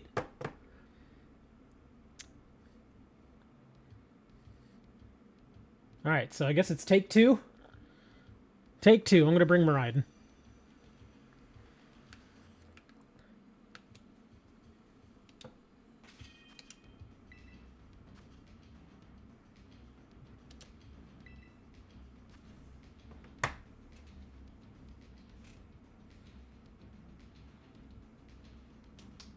You know what some...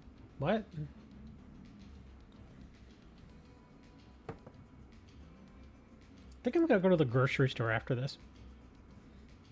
I actually kind of want to go and just buy what I want to eat. I don't think I want to eat anything I already have here.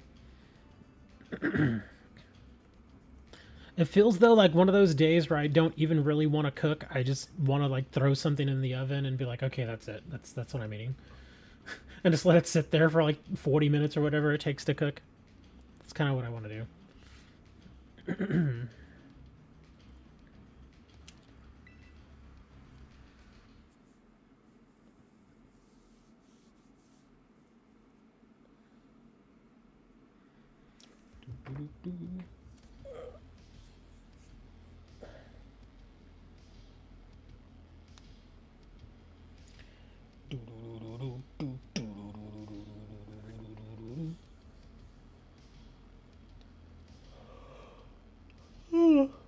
Why were you yawning?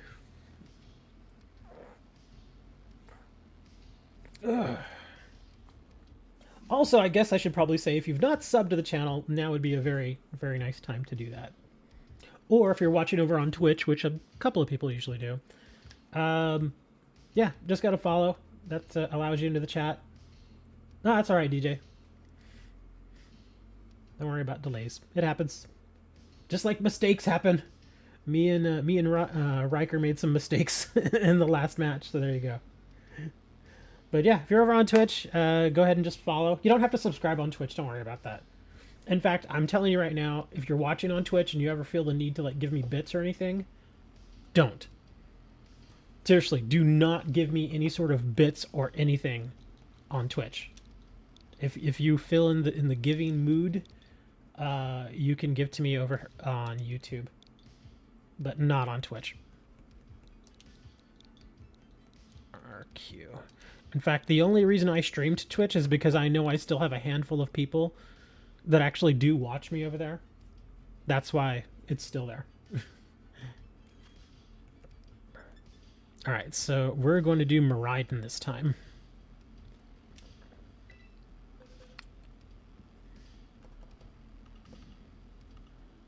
There we go. And the cool thing is that Miraidon's immediately going to boost the Iron Hands, so that should work out really well.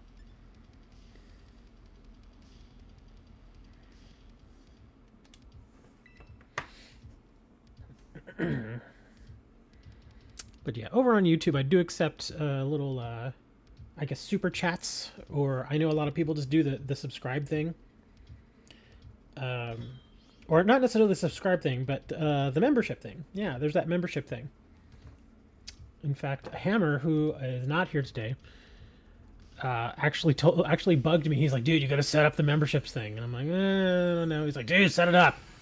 I was like, all right, fine. Fine. Using Miraidon feels cheap, especially online. I don't use them in competitive. Well, I don't use anything in competitive.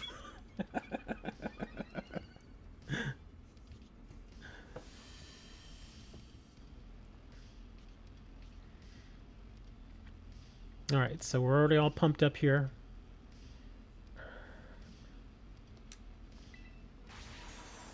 Okay, I'm going to hit him with some metal sound. Although that's not exactly going to benefit you guys. Oh, why did you bring Mew? What happened there? Why'd you bring Mew?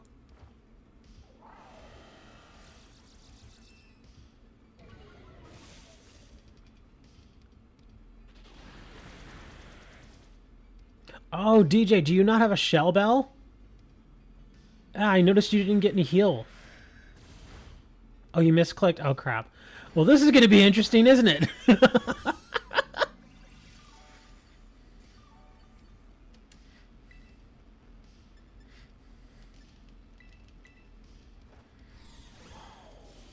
Ooh, that parabolic charge hit him hard.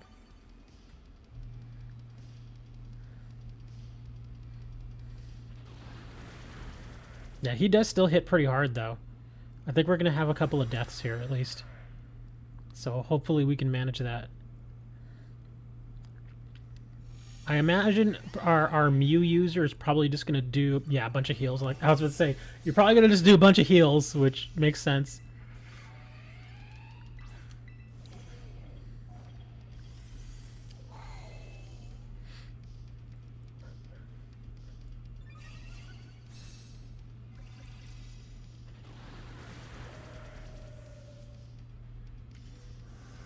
Ah, he's still in orb charge, darn it. Alright, well, let's do some more parabolic.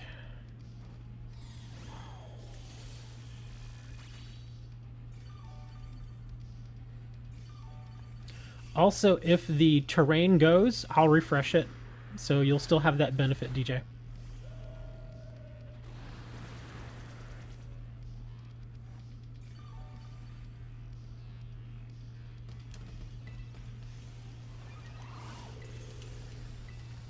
Hold on. I don't want DJ dying here. So I'll throw a heal to you guys here too. It wasn't much of a heal, but it's a heal. Well, at least that's a good move though. Snarl, if you're going to use something against him, that's actually a good move by Mew. You keep flinching? Oh crap, that sucks. Hold on. I'll do one more heal here. Yeah, I just really don't want you guys to die.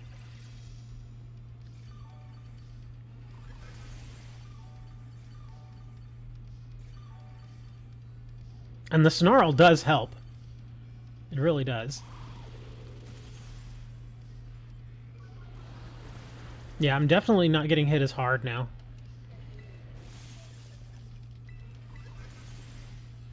We may actually get through this.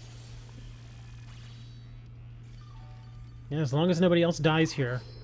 The crunch is actually not a bad move either, Riker. Because the crunch has a potential to lower his defense.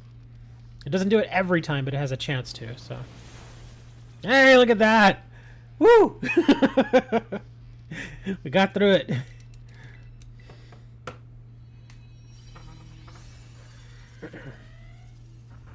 He's spamming air slash? Oh yeah, he's gonna do that. Because you gotta remember, DJ, your guy... Your Iron Hands is fighting. That's why he's going to keep hitting you with Air Slash. Just like the Annihilate, I think the guy deserves to be a member. Yes, we did win. That was a bit more of a challenge. But the big thing is we didn't have mass deaths, obviously. Minus mass deaths, we're fine. Hey, look at that. We got a bottle cap. There you go, finally. Something a little useful.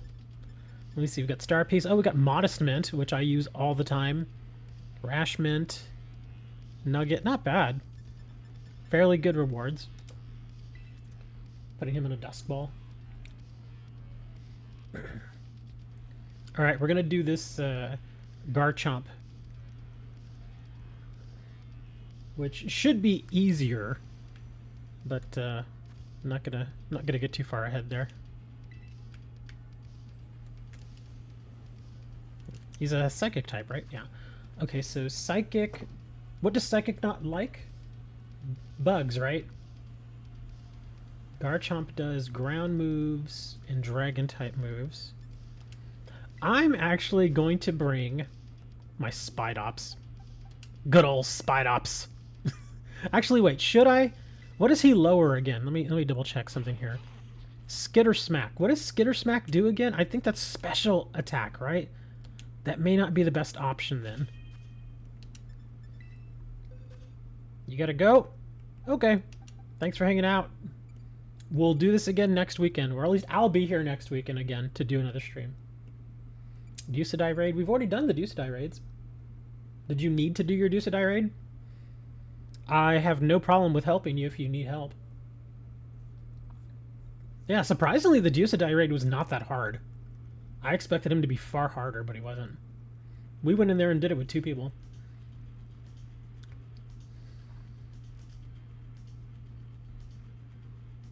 Oh, you haven't done Decidueye either? Oh, why didn't you say something? Yeah, we can do Decidueye. I think I already did mine. So you would have to provide it, but I'm trying to remember. It's a grass Decidueye, right? Oh, and I took in... Okay, I was trying to remember who I brought in, and I brought in Charizard. But yeah, if y'all want to do one... I just used Charizard. He worked fine. I mean, he wasn't super overpowering, but he was fine. He worked. Decidueye might be harder than Decidueye. But yeah, I just brought in the Charizard. Or if you want, I can just do support. If you give me a second, I want to double check which support Pokemon I would want to bring here. Let me see, Decidueye. If we're going to be using... Well, if you guys bring Charizards, which I imagine are going to do special attacks... let me take a look at my Umbreon real quick. I want to make sure... Snarl, Taunt, Fake Tears, Helping Hand. That's actually pretty good. I can roll... Hold on. What am I doing here? Special attack. Stats opposing Pokemon. Taunt, Fake Tears. Yeah, if you want, I can bring Umbreon. And I'll just do support for you guys. Or if you need me to, I can bring attack. It's up to you.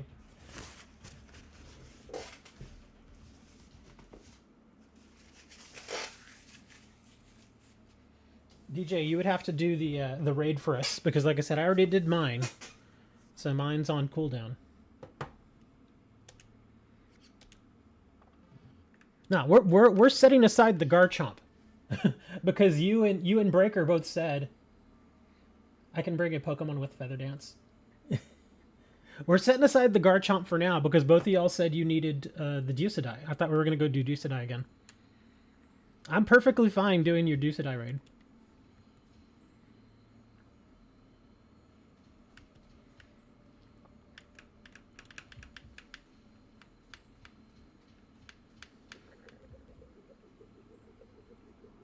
He's grass. Yeah, the Decidueye should be a grass type.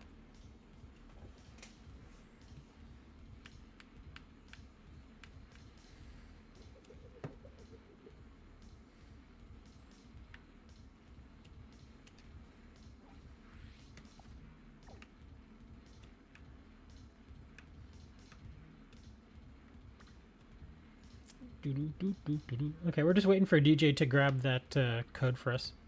And then we will go. It feels like there are more Terra raids. Did they add more Terra raids? It feels like they did. Yeah, it just feels like there's more of them now. Oh wow, oh wow, this whole section doesn't have any though. Your Charizard isn't built for raids? Do you have another fire type? Well, again, it's a Decidueye. Let me see. Decidueye does triple arrows, which is a fighting move. And then he also, I think he was doing Leaf Blade. So those are the 2 moves you need to kind of be wary of. I would say you could probably also bring a flying type. Yeah, flying type might actually work. Simply because, again, it's versus grass. And neither of those 2 attacks are going to hurt the flying type that much. Infernape. Let me think. Fighting new grass. Altaria. Gliscor. Infernape wouldn't be bad. Altaria is dragon and flying. Should probably be fine. Gliscor, I don't remember what his stats... I know he's flying. I don't know what his other one is. Is he dark and flying? Yeah, it's been a little while since I've used Gliscor for anything.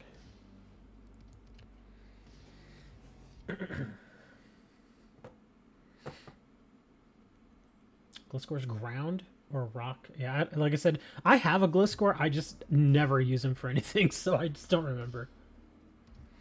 I mean, I can bring up a list if you want. I can check the calculator. Here, let me break out the calculator here, and we'll see what. Let me see, software calculator. Okay.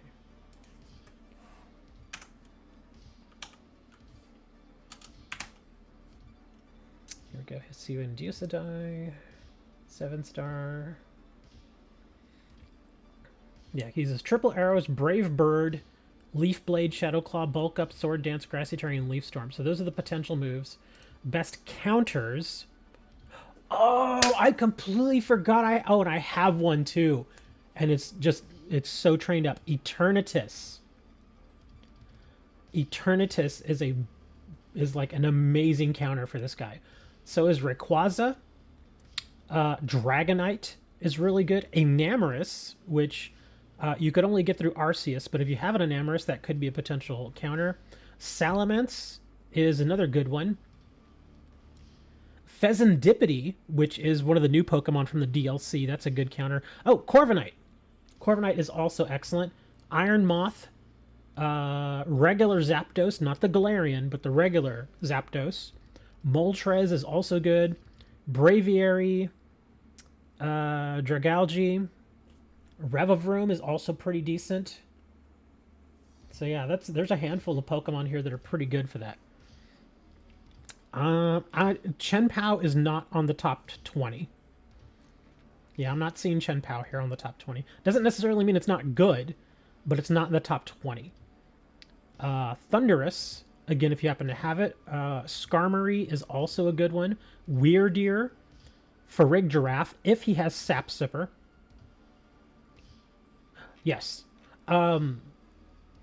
Like my Eternatus, I'll show you my Eternatus real quick. My Eternatus actually hits like a truck. Versus the right Pokemon, it hits like an absolute truck. And I'll show you why. I basically have him trained up to do basically a combo. Oops, wrong thing.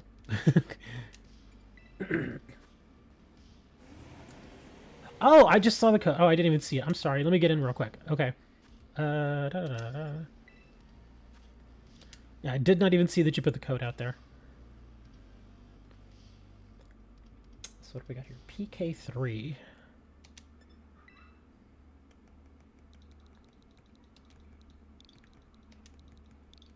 Uh-oh. This is going to be bad. This is going to be real bad. FDV. Yeah, I doubt I'm going to be able to make my choice here in enough time. Oh, and of course I get the error. I'm not going to get in. If you guys would not mind, it'd be really nice if you quit it and then started another one. But yeah, I've been having these stupid communication errors all day. I'm not going to be able to get in. Not in time. Sorry, I didn't even realize you had already put the code out there.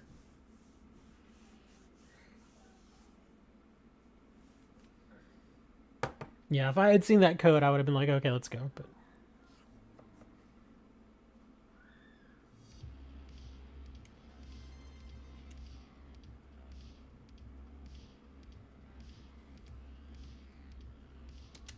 what moves for Altaria? Pretty much any flying moves that you can get. Pheasantipity. Again, any flying move that you can get. Let me see. I'm looking for the code again. Where did it go? Oh, 1S. Okay, 1STRJF.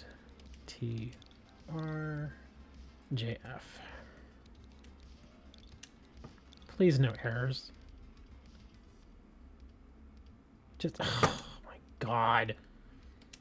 I swear, dude, these Pokemon serve... Again, it just bugs me. As much money as this company has...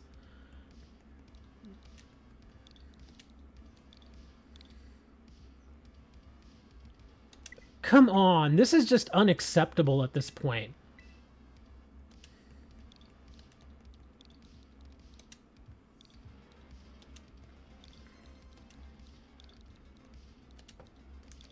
I swear, if it does it again a third time...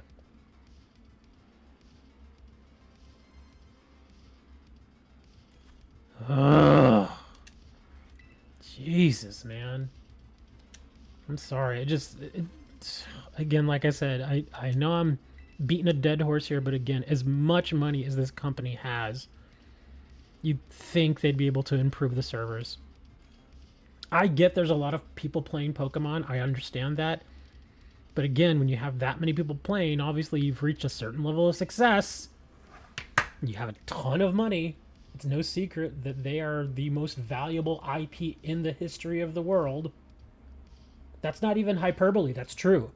Pokemon is the most successful intellectual property in the history of humankind.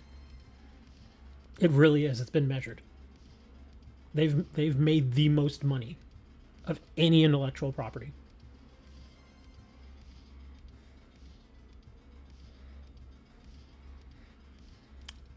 Cruz, are you ready?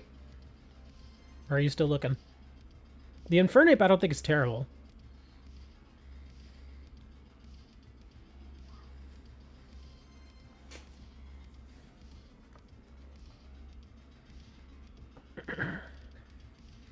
Alright, is Dragon Pulse, Heat Wave, Hurricane, and Mist.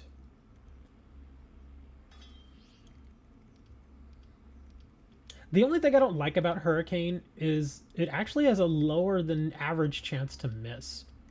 Because isn't it like 85 or something like that? And I've been in fights with that thing where I've missed with Hurricane like 4 or 5 times in a row. And in Terra Raids, you cannot have that happen.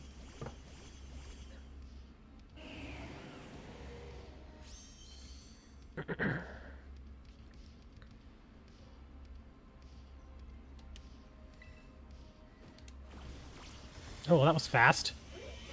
He immediately reset us. We didn't even do anything yet. Oh, somebody already died. What happened, Cruz? Did you get hit with a flying move? Okay, I have to ask you this, Cruz. What level is your Infernape? Because if it's not level 100, you are going to get annihilated.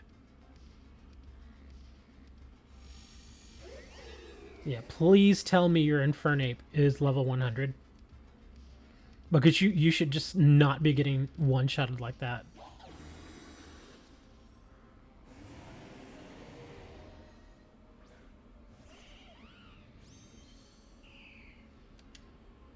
So it's level 100.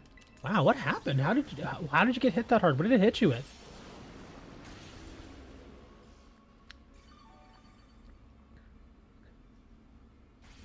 Oh, you're using close combat. Ugh.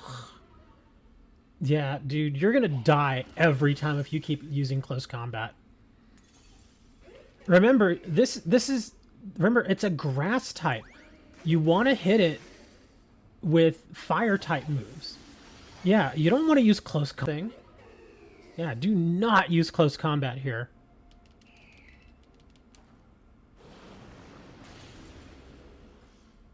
Yeah, apparently this thing has Brave Bird, so that poor Infernape is getting annihilated here.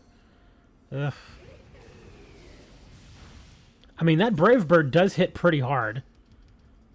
But yeah, this is pretty much already a lost cause, unfortunately.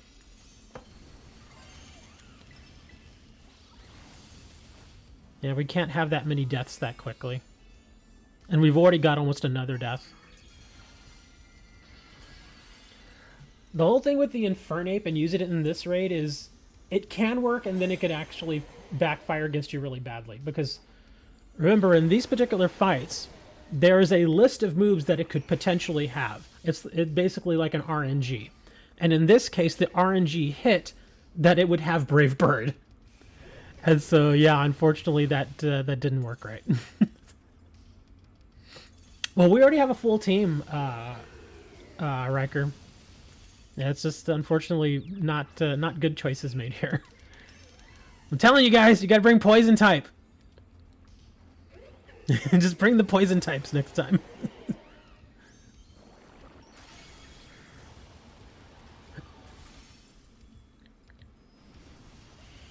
I was gonna say, Ryder, didn't you get the Decidueye with us earlier? Were you there with us for the Decidueye?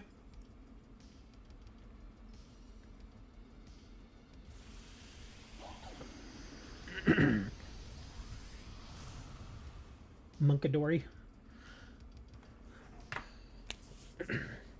I will say this.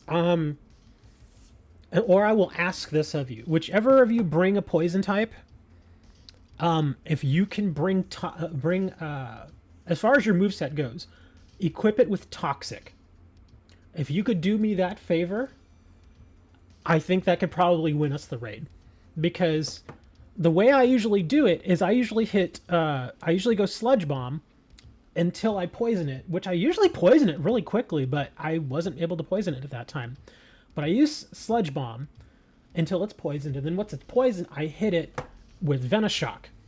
And Venoshock hits twice as hard if it's on a poison target. So that's why I like using the sludge waves, because usually within about three sludge waves, sludge bombs, I can usually poison something, and then I Terra, and then get the stab damage from the Venoshock. That's how I'm able to hit so hard. So, yeah. But there you go, Sludge Bomb and then the Venoshocks.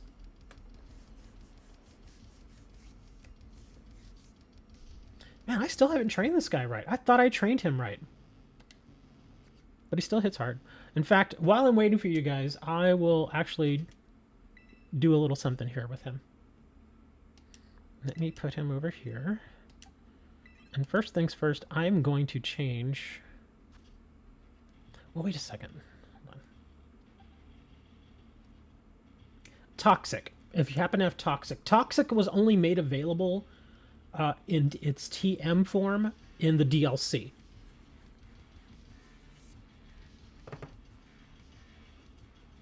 In fact, heck, I wonder if I can actually train this guy on Toxic now. Let me check. Because if I can just train it... Because before I couldn't train Toxic. That's why I was just doing it this way. Gengar... he's okay. I mean, he is a poison. Oh, and do you have him with... Does he have Cursed Body? If he has Cursed Body, that could actually come in very handy.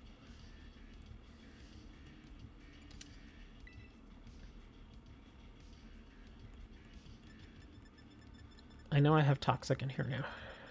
Toxic, not Toxic Spikes, Toxic. There it is. I knew I had it. Yeah, the biggest thing with Toxic is, I would say this, if you all want to kind of go in on a combo here, I will also learn Toxic, just because I want to keep this thing poisoned completely, just all the time. Because, again, like I said, once it's poisoned, if you also happen to have Venoshock, once it's poisoned, just hit it with Venoshock. Yeah, hit it with Venoshock once it's poisoned, because that thing is going to hit hard.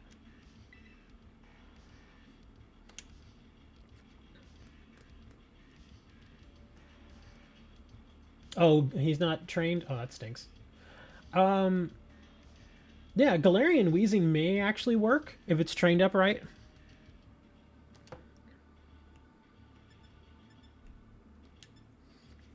Or the regular Wheezing if you don't have the Galar version. The Galar version's funny, though. I love that thing. Oh, right. I was going to make a change here. We're going to do... First things first, let's go over to our mints. We're going to use a Modest Mint. Yeah, we're going to make this thing really strong here. He doesn't have Venoshock. Can you train it? Because I'm pretty sure you can get Venoshock via a TM. Okay, now we're going to unlearn all of the physical attacks. Oop, that's too many.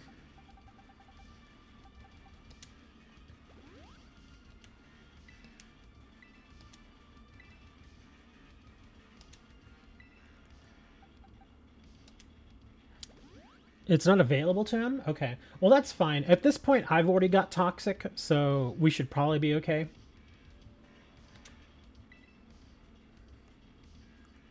Now, what is not Carbos? Here we go, Calcium.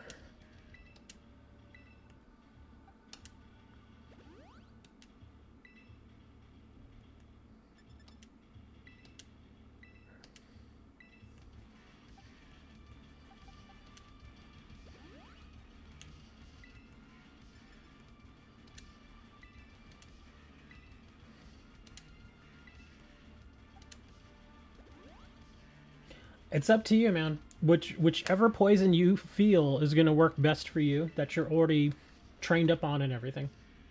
Whichever you would prefer. Because Pheasantipity, let's see, that's flying and poison. So probably wouldn't be such a bad choice. I would say it's worth looking into at least. Okay, now let me check this guy out again here. Okay, so his... Oh my god. Yeah, this is the training I needed to do to this guy. This is much better. Look at that attack stat. That is insanity. You have no good poison types? Do you have a good supporter? If you have a good supporter that can at least stay alive and provide heals and stuff and buffs, that should probably be fine.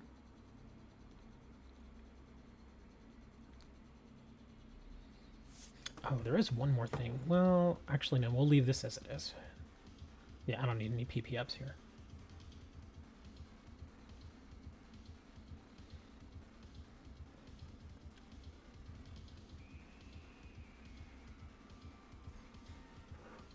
Yeah, because again, going back to the calculator here, again, we'll go through the options it has here. Eternatus, Rayquaza, Dragonite, which is very common. Enamorus, not as common. Salamence, again, pretty common. Corviknight, it says here would be a good option. Iron Moth as well. So yeah, if you have even like Corviknights or Iron Moths, that'd be really good. Moltres, a little harder to get, so is the Zapdos. Braviary, pretty easy to get. Dragalge's pretty easy to get. And Revavroom. Those are the ones that are easier to get. Yeah, Revavroom is easy. Farigiraf, if you have Sapsipper, is a good option. But yeah, Dragonite, Salamence, Corviknight, Iron Moth, those are the easy ones.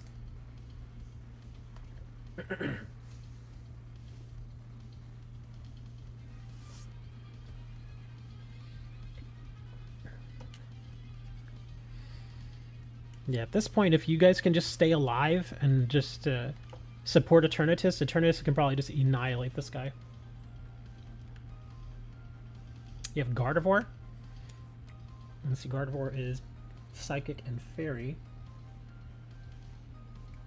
I'm trying to think what moves would Gardevoir go for then. Well, I guess support moves. So, does your Gardevoir have Life Dew? Life Dew is a good move. I mean, if you're running for support, which I imagine in this fight you would be doing support. What if I can teach my Gardevoir Chilling Water? If you can, that would actually be kind of helpful, yeah. It would lower its attack.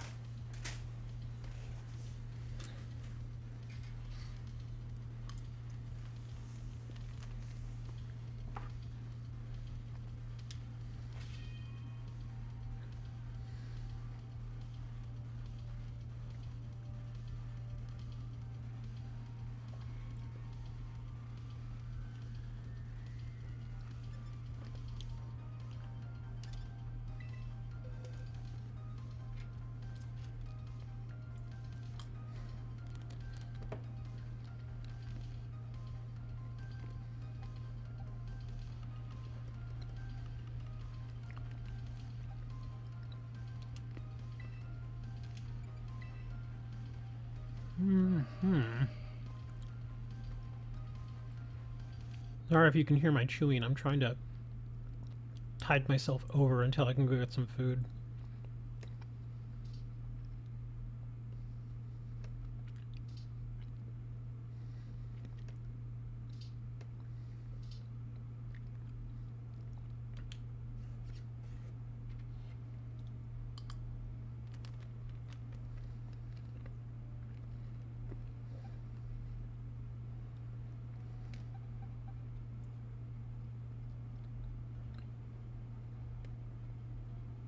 Toxic Orb and Fling.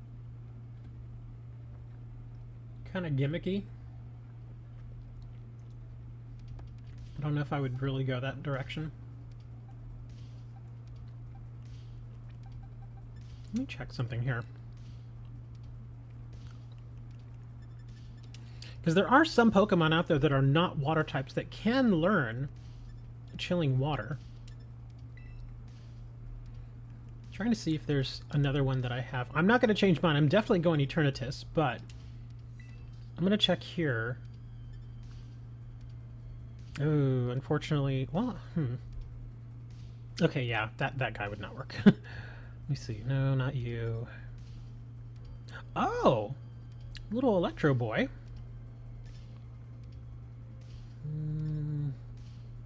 Kyogre, not a good choice. Oh, Thundurus. No.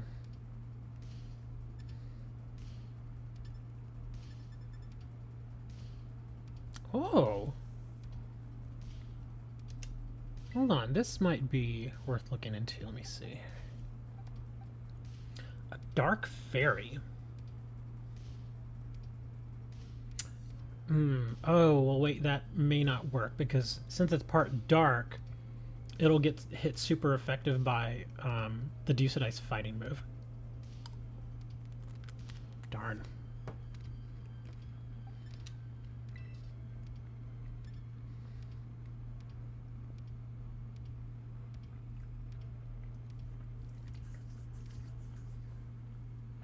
You know, Toxtricity is actually not a terrible choice, I don't think. Should you give it Taunt or Confuse, right?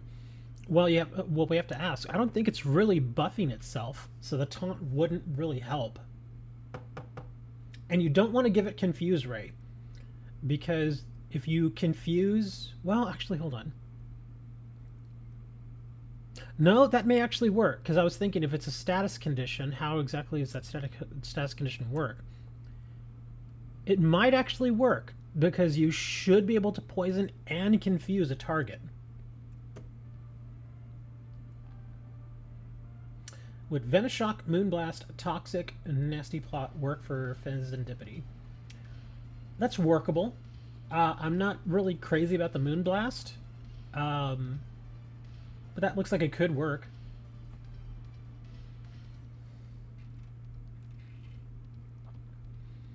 Yeah, I'm fairly certain you should be able to stack the poisoned buff or debuff with the confuse.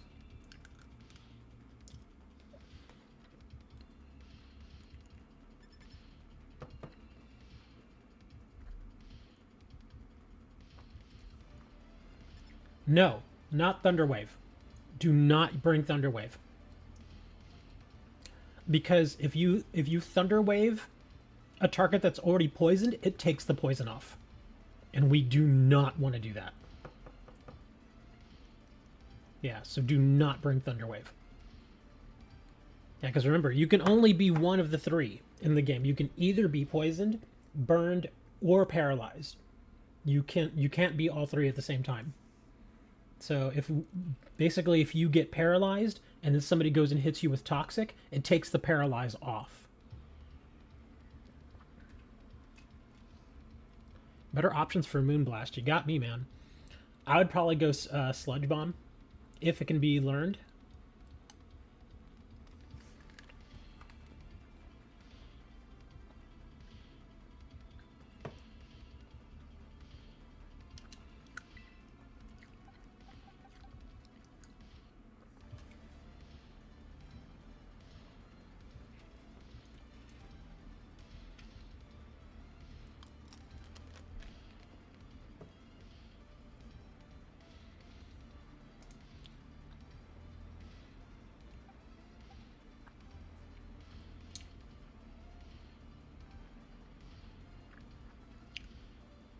Okay. I think we're good to go, or at least I'm good to go.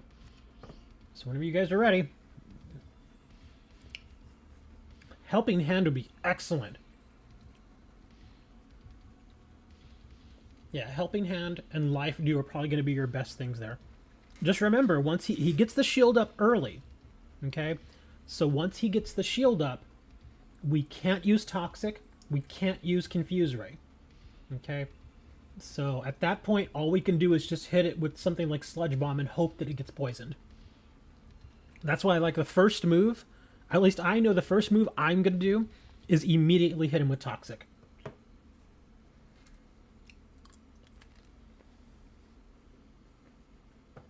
All right, I'm ready if you guys are.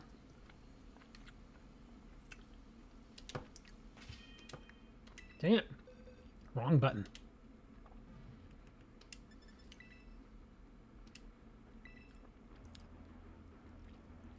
And again, forgive me in advance because I just know I'm going to get errors. It gives me errors every single time today. I don't know what it is. The... Oops. 8H. Error number 1 coming up. Told ya. Every single time. Every time today.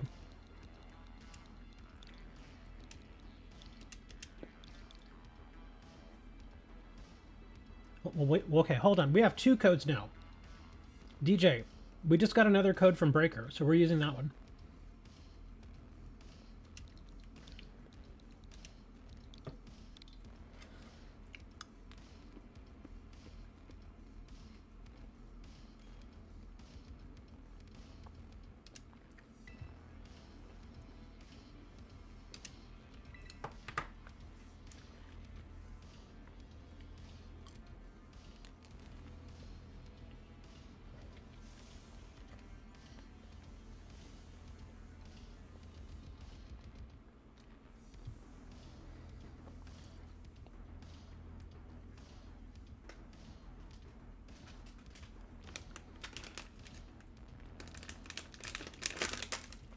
Oh God, I'm gonna end up with a sugar high here.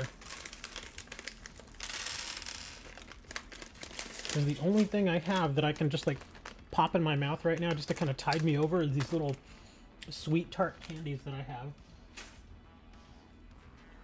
And that's how hungry I am. I actually don't really like these. But I'm so hungry, it's like I gotta put something in there. DJ, where are you at, man? There he is. Okay, good. Excellent. Let's go!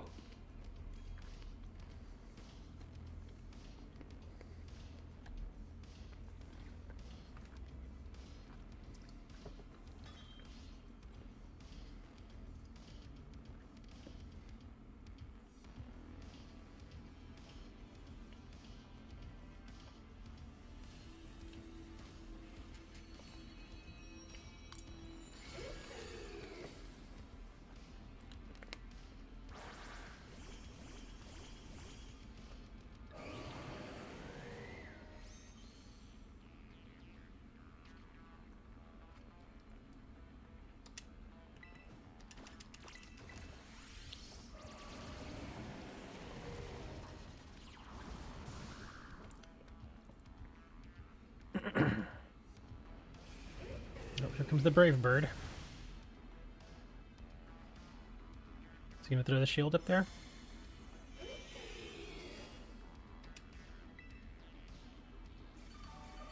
Come on, let me get my move off. Come on. Here we go. There we go. That's a good hit.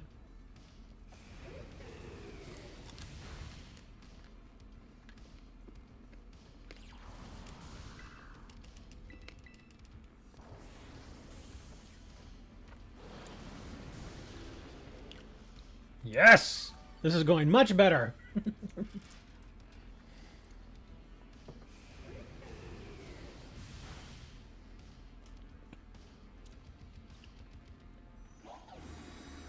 Okay, he may try to clear the poison here now. Oh, he still hasn't. Wow, okay. Oh, he just did. No. Uh-oh. Oh, God. We had 2 deaths. What happened? Man, my attack will not go off. What is going on? Oh, my God. Okay, I spoke too soon. All of you just died.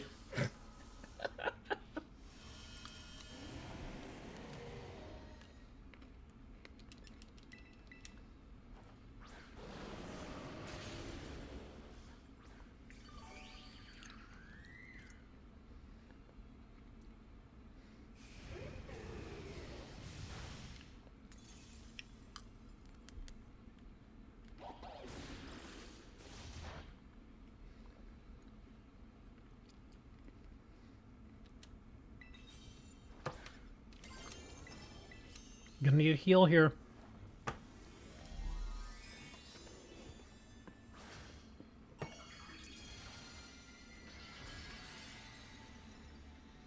Please let this go off. If this goes off, we may be able to pull this out. But if I die, it's over.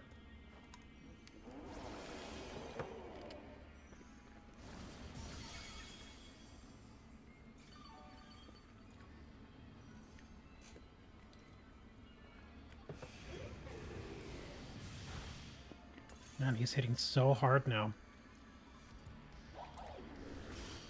What? Again, he hit me. He attacked me twice in a row. What is that BS? Hitting me twice in a row. I can't even get a move off.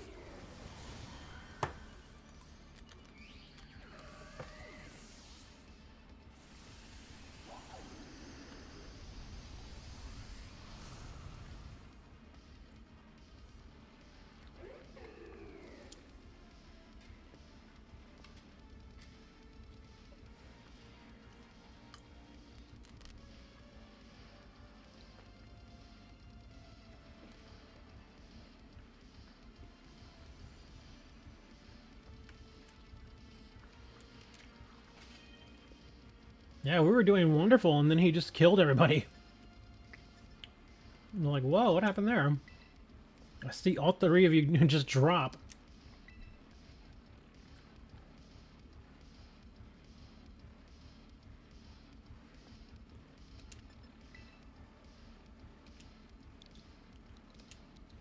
V W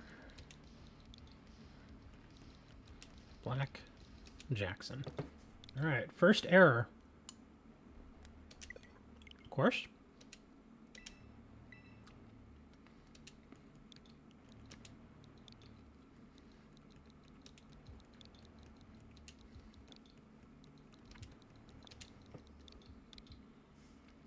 Second error? Yep. This is getting infuriating.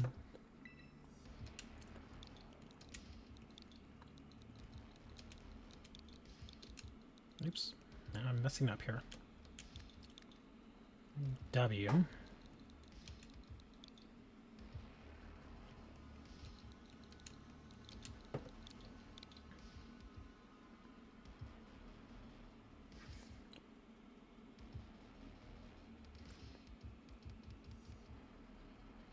Come on. There we go. This may be my last attempt. I'm like, seriously, guys, I'm very hungry. I've actually not eaten all day. And I still need to go to the grocery store. I'm going to end up buying a bunch of, like, hunger snacks. DJ, where you at?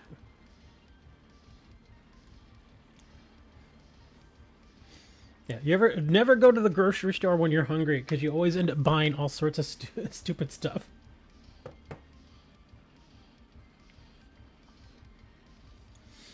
I almost want to just get, like, one of those DiGiorno pizzas.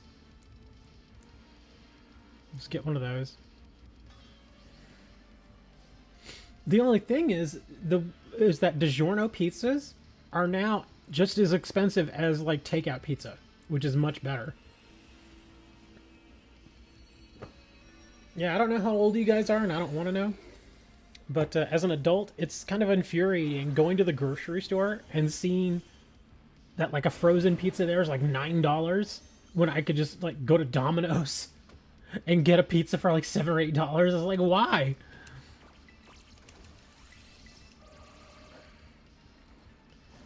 It kind of makes you think. It's like, why would I not just, you know, why would I not just go to Domino's then? They'll cook it for me and everything.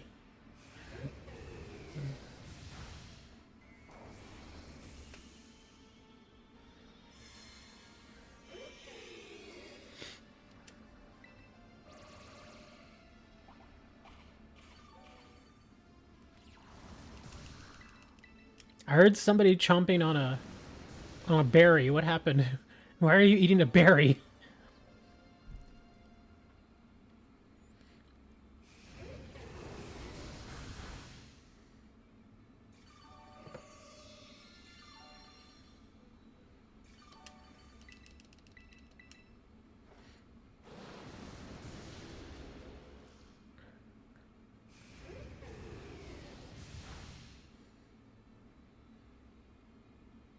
The citrus berry. Well,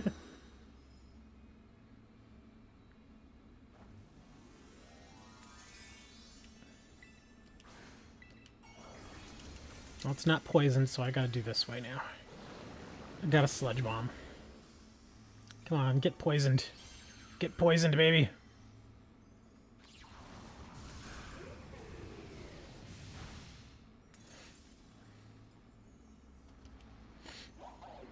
I just hate that it gets 2 attacks on me. It's like almost every time it gets 2 attacks on me. Just like right there, it hit me for 2 attacks straight. I'm like, I wish I could cheat like that. Get 2 attacks in a row. Oh my god, you guys immediately got obliterated.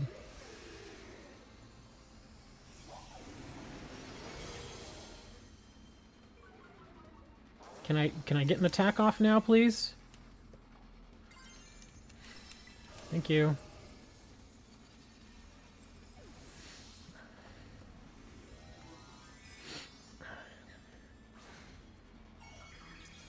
Now,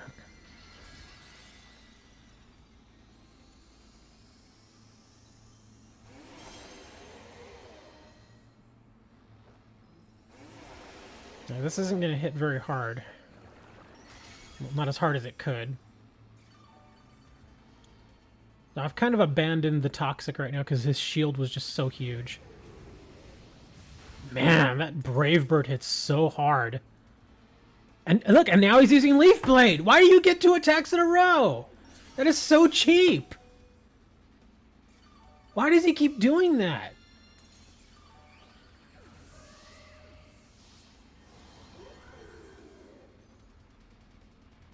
Well, yeah, the fact that he gets to attack us twice in a row like that is such a disadvantage. Because, I mean, it's like... Yeah, I mean, the biggest thing I can only advise is is for you guys to just do supporting roles at this point. Because obviously attacking is not working. It's just, yeah, you have to go complete defense, complete support. Or else it's just not going to work. And the weird thing is, like I said, is the one we did earlier today, we did it with 2 people. And we finished it like it was nothing. I just don't understand. It was just... Yeah, if you're gonna have something that's gonna get one-shotted, but again, if he does any move that is super effective against you, you cannot bring that Pokemon. You just can't. Cannot bring it. Yeah, the best thing, like I said, is just go full defense and just hope that I can do all the damage that I need to do. You've had Eternatus this whole time? Why would you not use him? Come on. Really? Well, I mean, the support Gardevoir can be good in some fights, just not in this one because you're getting hit super effective. I didn't realize you were getting hit super effective. Yeah, if I knew you were getting hit super effective, I'd have been like, no, don't bring that. Again, that's why the Terra Calculator's there. It's recommending the Pokemon that we should bring. Again, I mean, Dragonite is not hard to get. It's very common. So is Salamence. Corviknight. I know one of you has a Corviknight. And same thing with Iron Moth. I'm certain that every single one of you has Iron Moth. Yeah, any of those 4 Pokemon would be far superior. Yeah, like, especially the Iron Moth. That Iron Moth is insane. It's fire and poison. So it could do a whole bunch of good right there. Yeah. Do you have an Iron Moth? Please bring an Iron Moth. Or like I said, even a Corviknight is fine.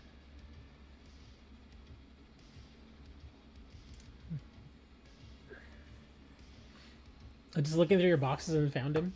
How do you forget you have an Eternatus?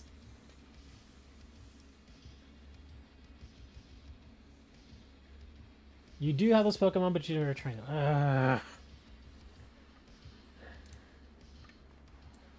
Okay, how about Braviary? Dragalge? Revavroom? or the fan rotom. All of those guys are pretty easy to get. Here's an expanded list. Altaria was on the expanded list. Charizard, yeah, there he is, fire and flying. Staraptor, Noivern. Toxtricity is on the list, but you were getting hit like a truck, so yeah.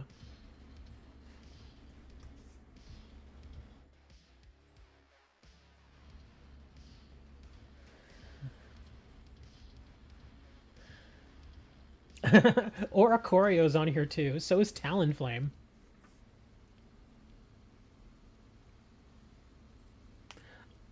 I mean, the taunt it was definitely helping, so that is a good thing that came out of all that. But yeah, it feels like we have to really get something that either lowers its special defense or lowers its attack. We got to get somebody in there with a move that does that. Because if not, it's gonna, yeah.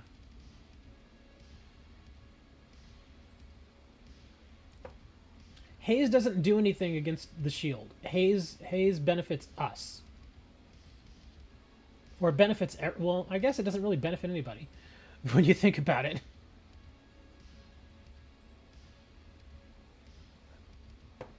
If only we could get somebody in here that's just like spams stuff like chilling water. If we could just get a Pokemon that just spammed it. Like that would be their whole thing. That's all you do. Just go in there and do the chilling water.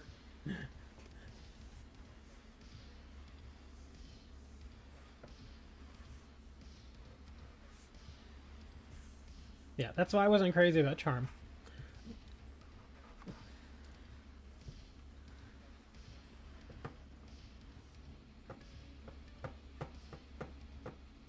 No, Floatzel's awful. He's terrible. Floatzel should be removed from the game. He's so bad.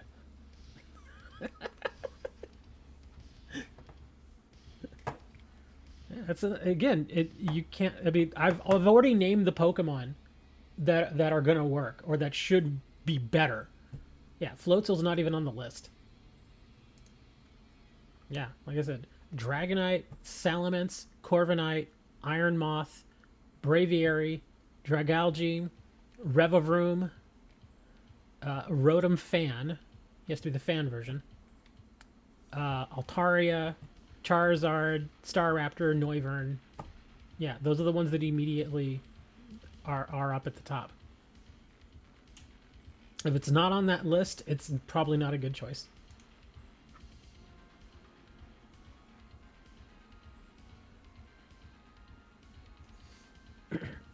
Come on, man. I actually said that I was gonna end the stream like an hour ago now.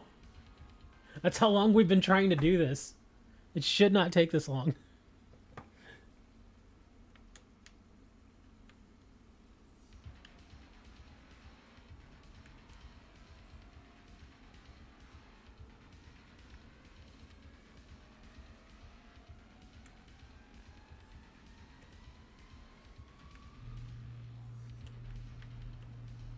I don't know, Breaker. I don't know if the other people are ready.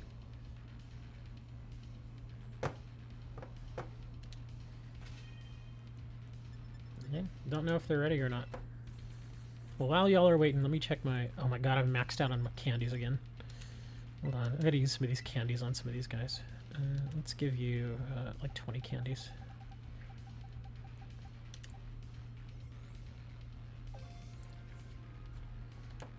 I could actually give him more.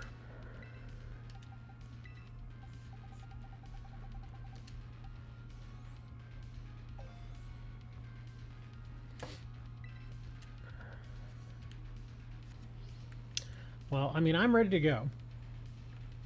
So I just don't know if everybody else is. I'm still using Eternatus because he's working. He's doing fine. It's just that, yeah, when the biggest problem is once he gets the shield up, we have those mass deaths. It's like in one turn, like everybody except me dies.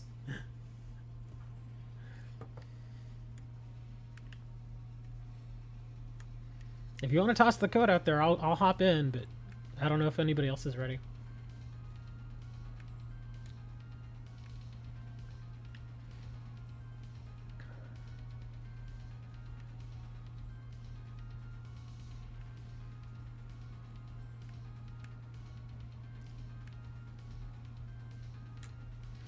Yeah, at this point I've been streaming so long that, yeah, I'm already almost through all of my royalty-free music.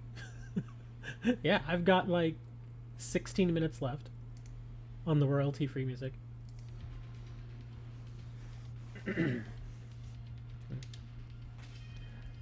Alright, here we go. More errors before it lets me in, of course. Wouldn't be a Pokemon match without errors. NTKX.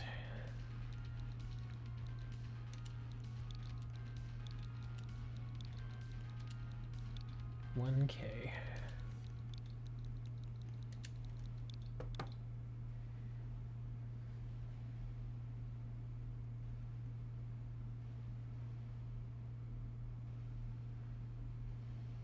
Could it be a miracle? Could it? It feels like it's trying really hard. There it goes.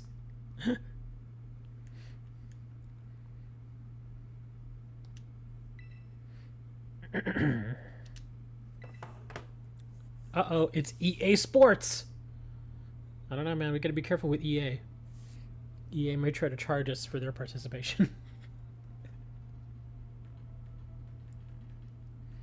EA is gonna come in here with a loot box for us. Here you go. It's only 99 cents.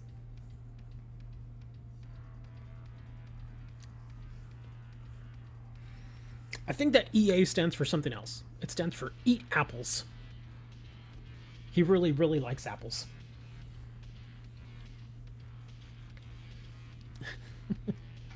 Or eat artichokes?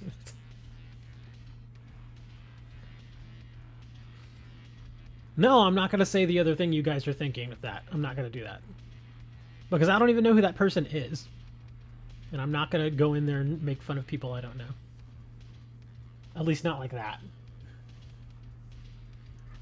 With that, I might as well just do the Ditto comic. Psst, psst.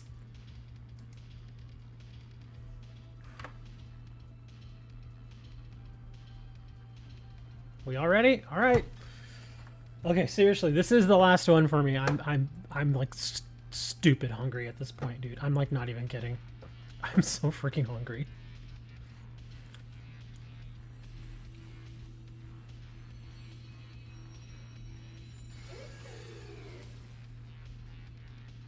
Those glasses are goofy.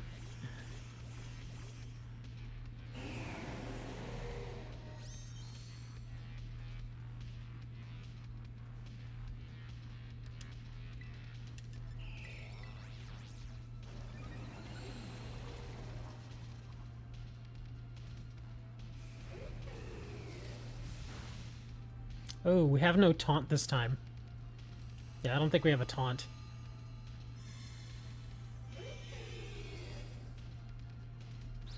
Yeah, he's gonna do bulk up now.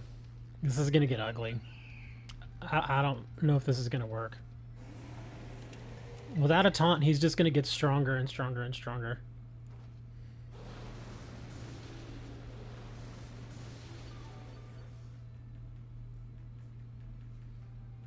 Cruz, what happened? Yeah, we've already had deaths. It's not gonna work. Yeah, everybody's half dead already as it is. Yeah, this isn't gonna work, guys. I don't know what happened to that. Wait, is that Torkoal? Is he all fire or is he ground also? I thought Torkoal was all fire.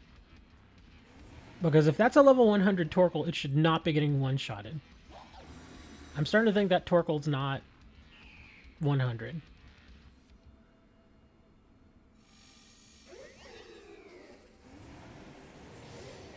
Yeah, we have no way to make him weak. We're gonna die. He's rock? Oh, that's not good either. Yeah, because it's going to get hit super effective by the fighting attack that he does, the triple arrows. Yeah, that's a bad choice.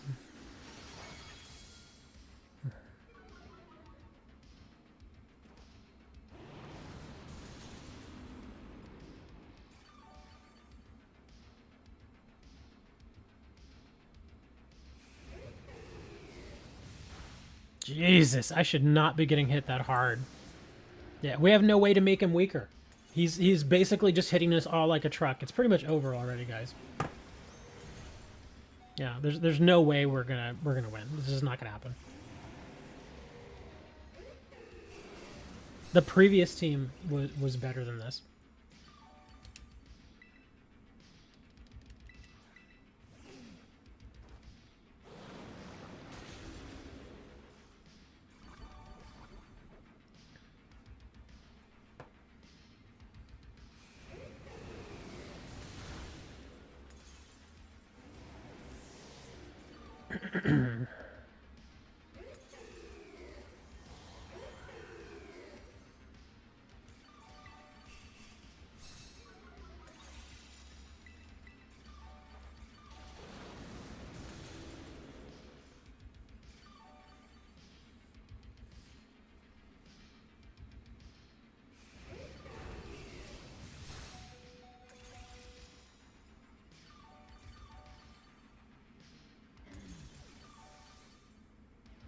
Stop healing. Why are you all even healing at this point? It's over. Yeah, after like the fourth death, I was like, yeah, just no point. Yeah. We have no way to make him weaker. He's just going to keep getting stronger.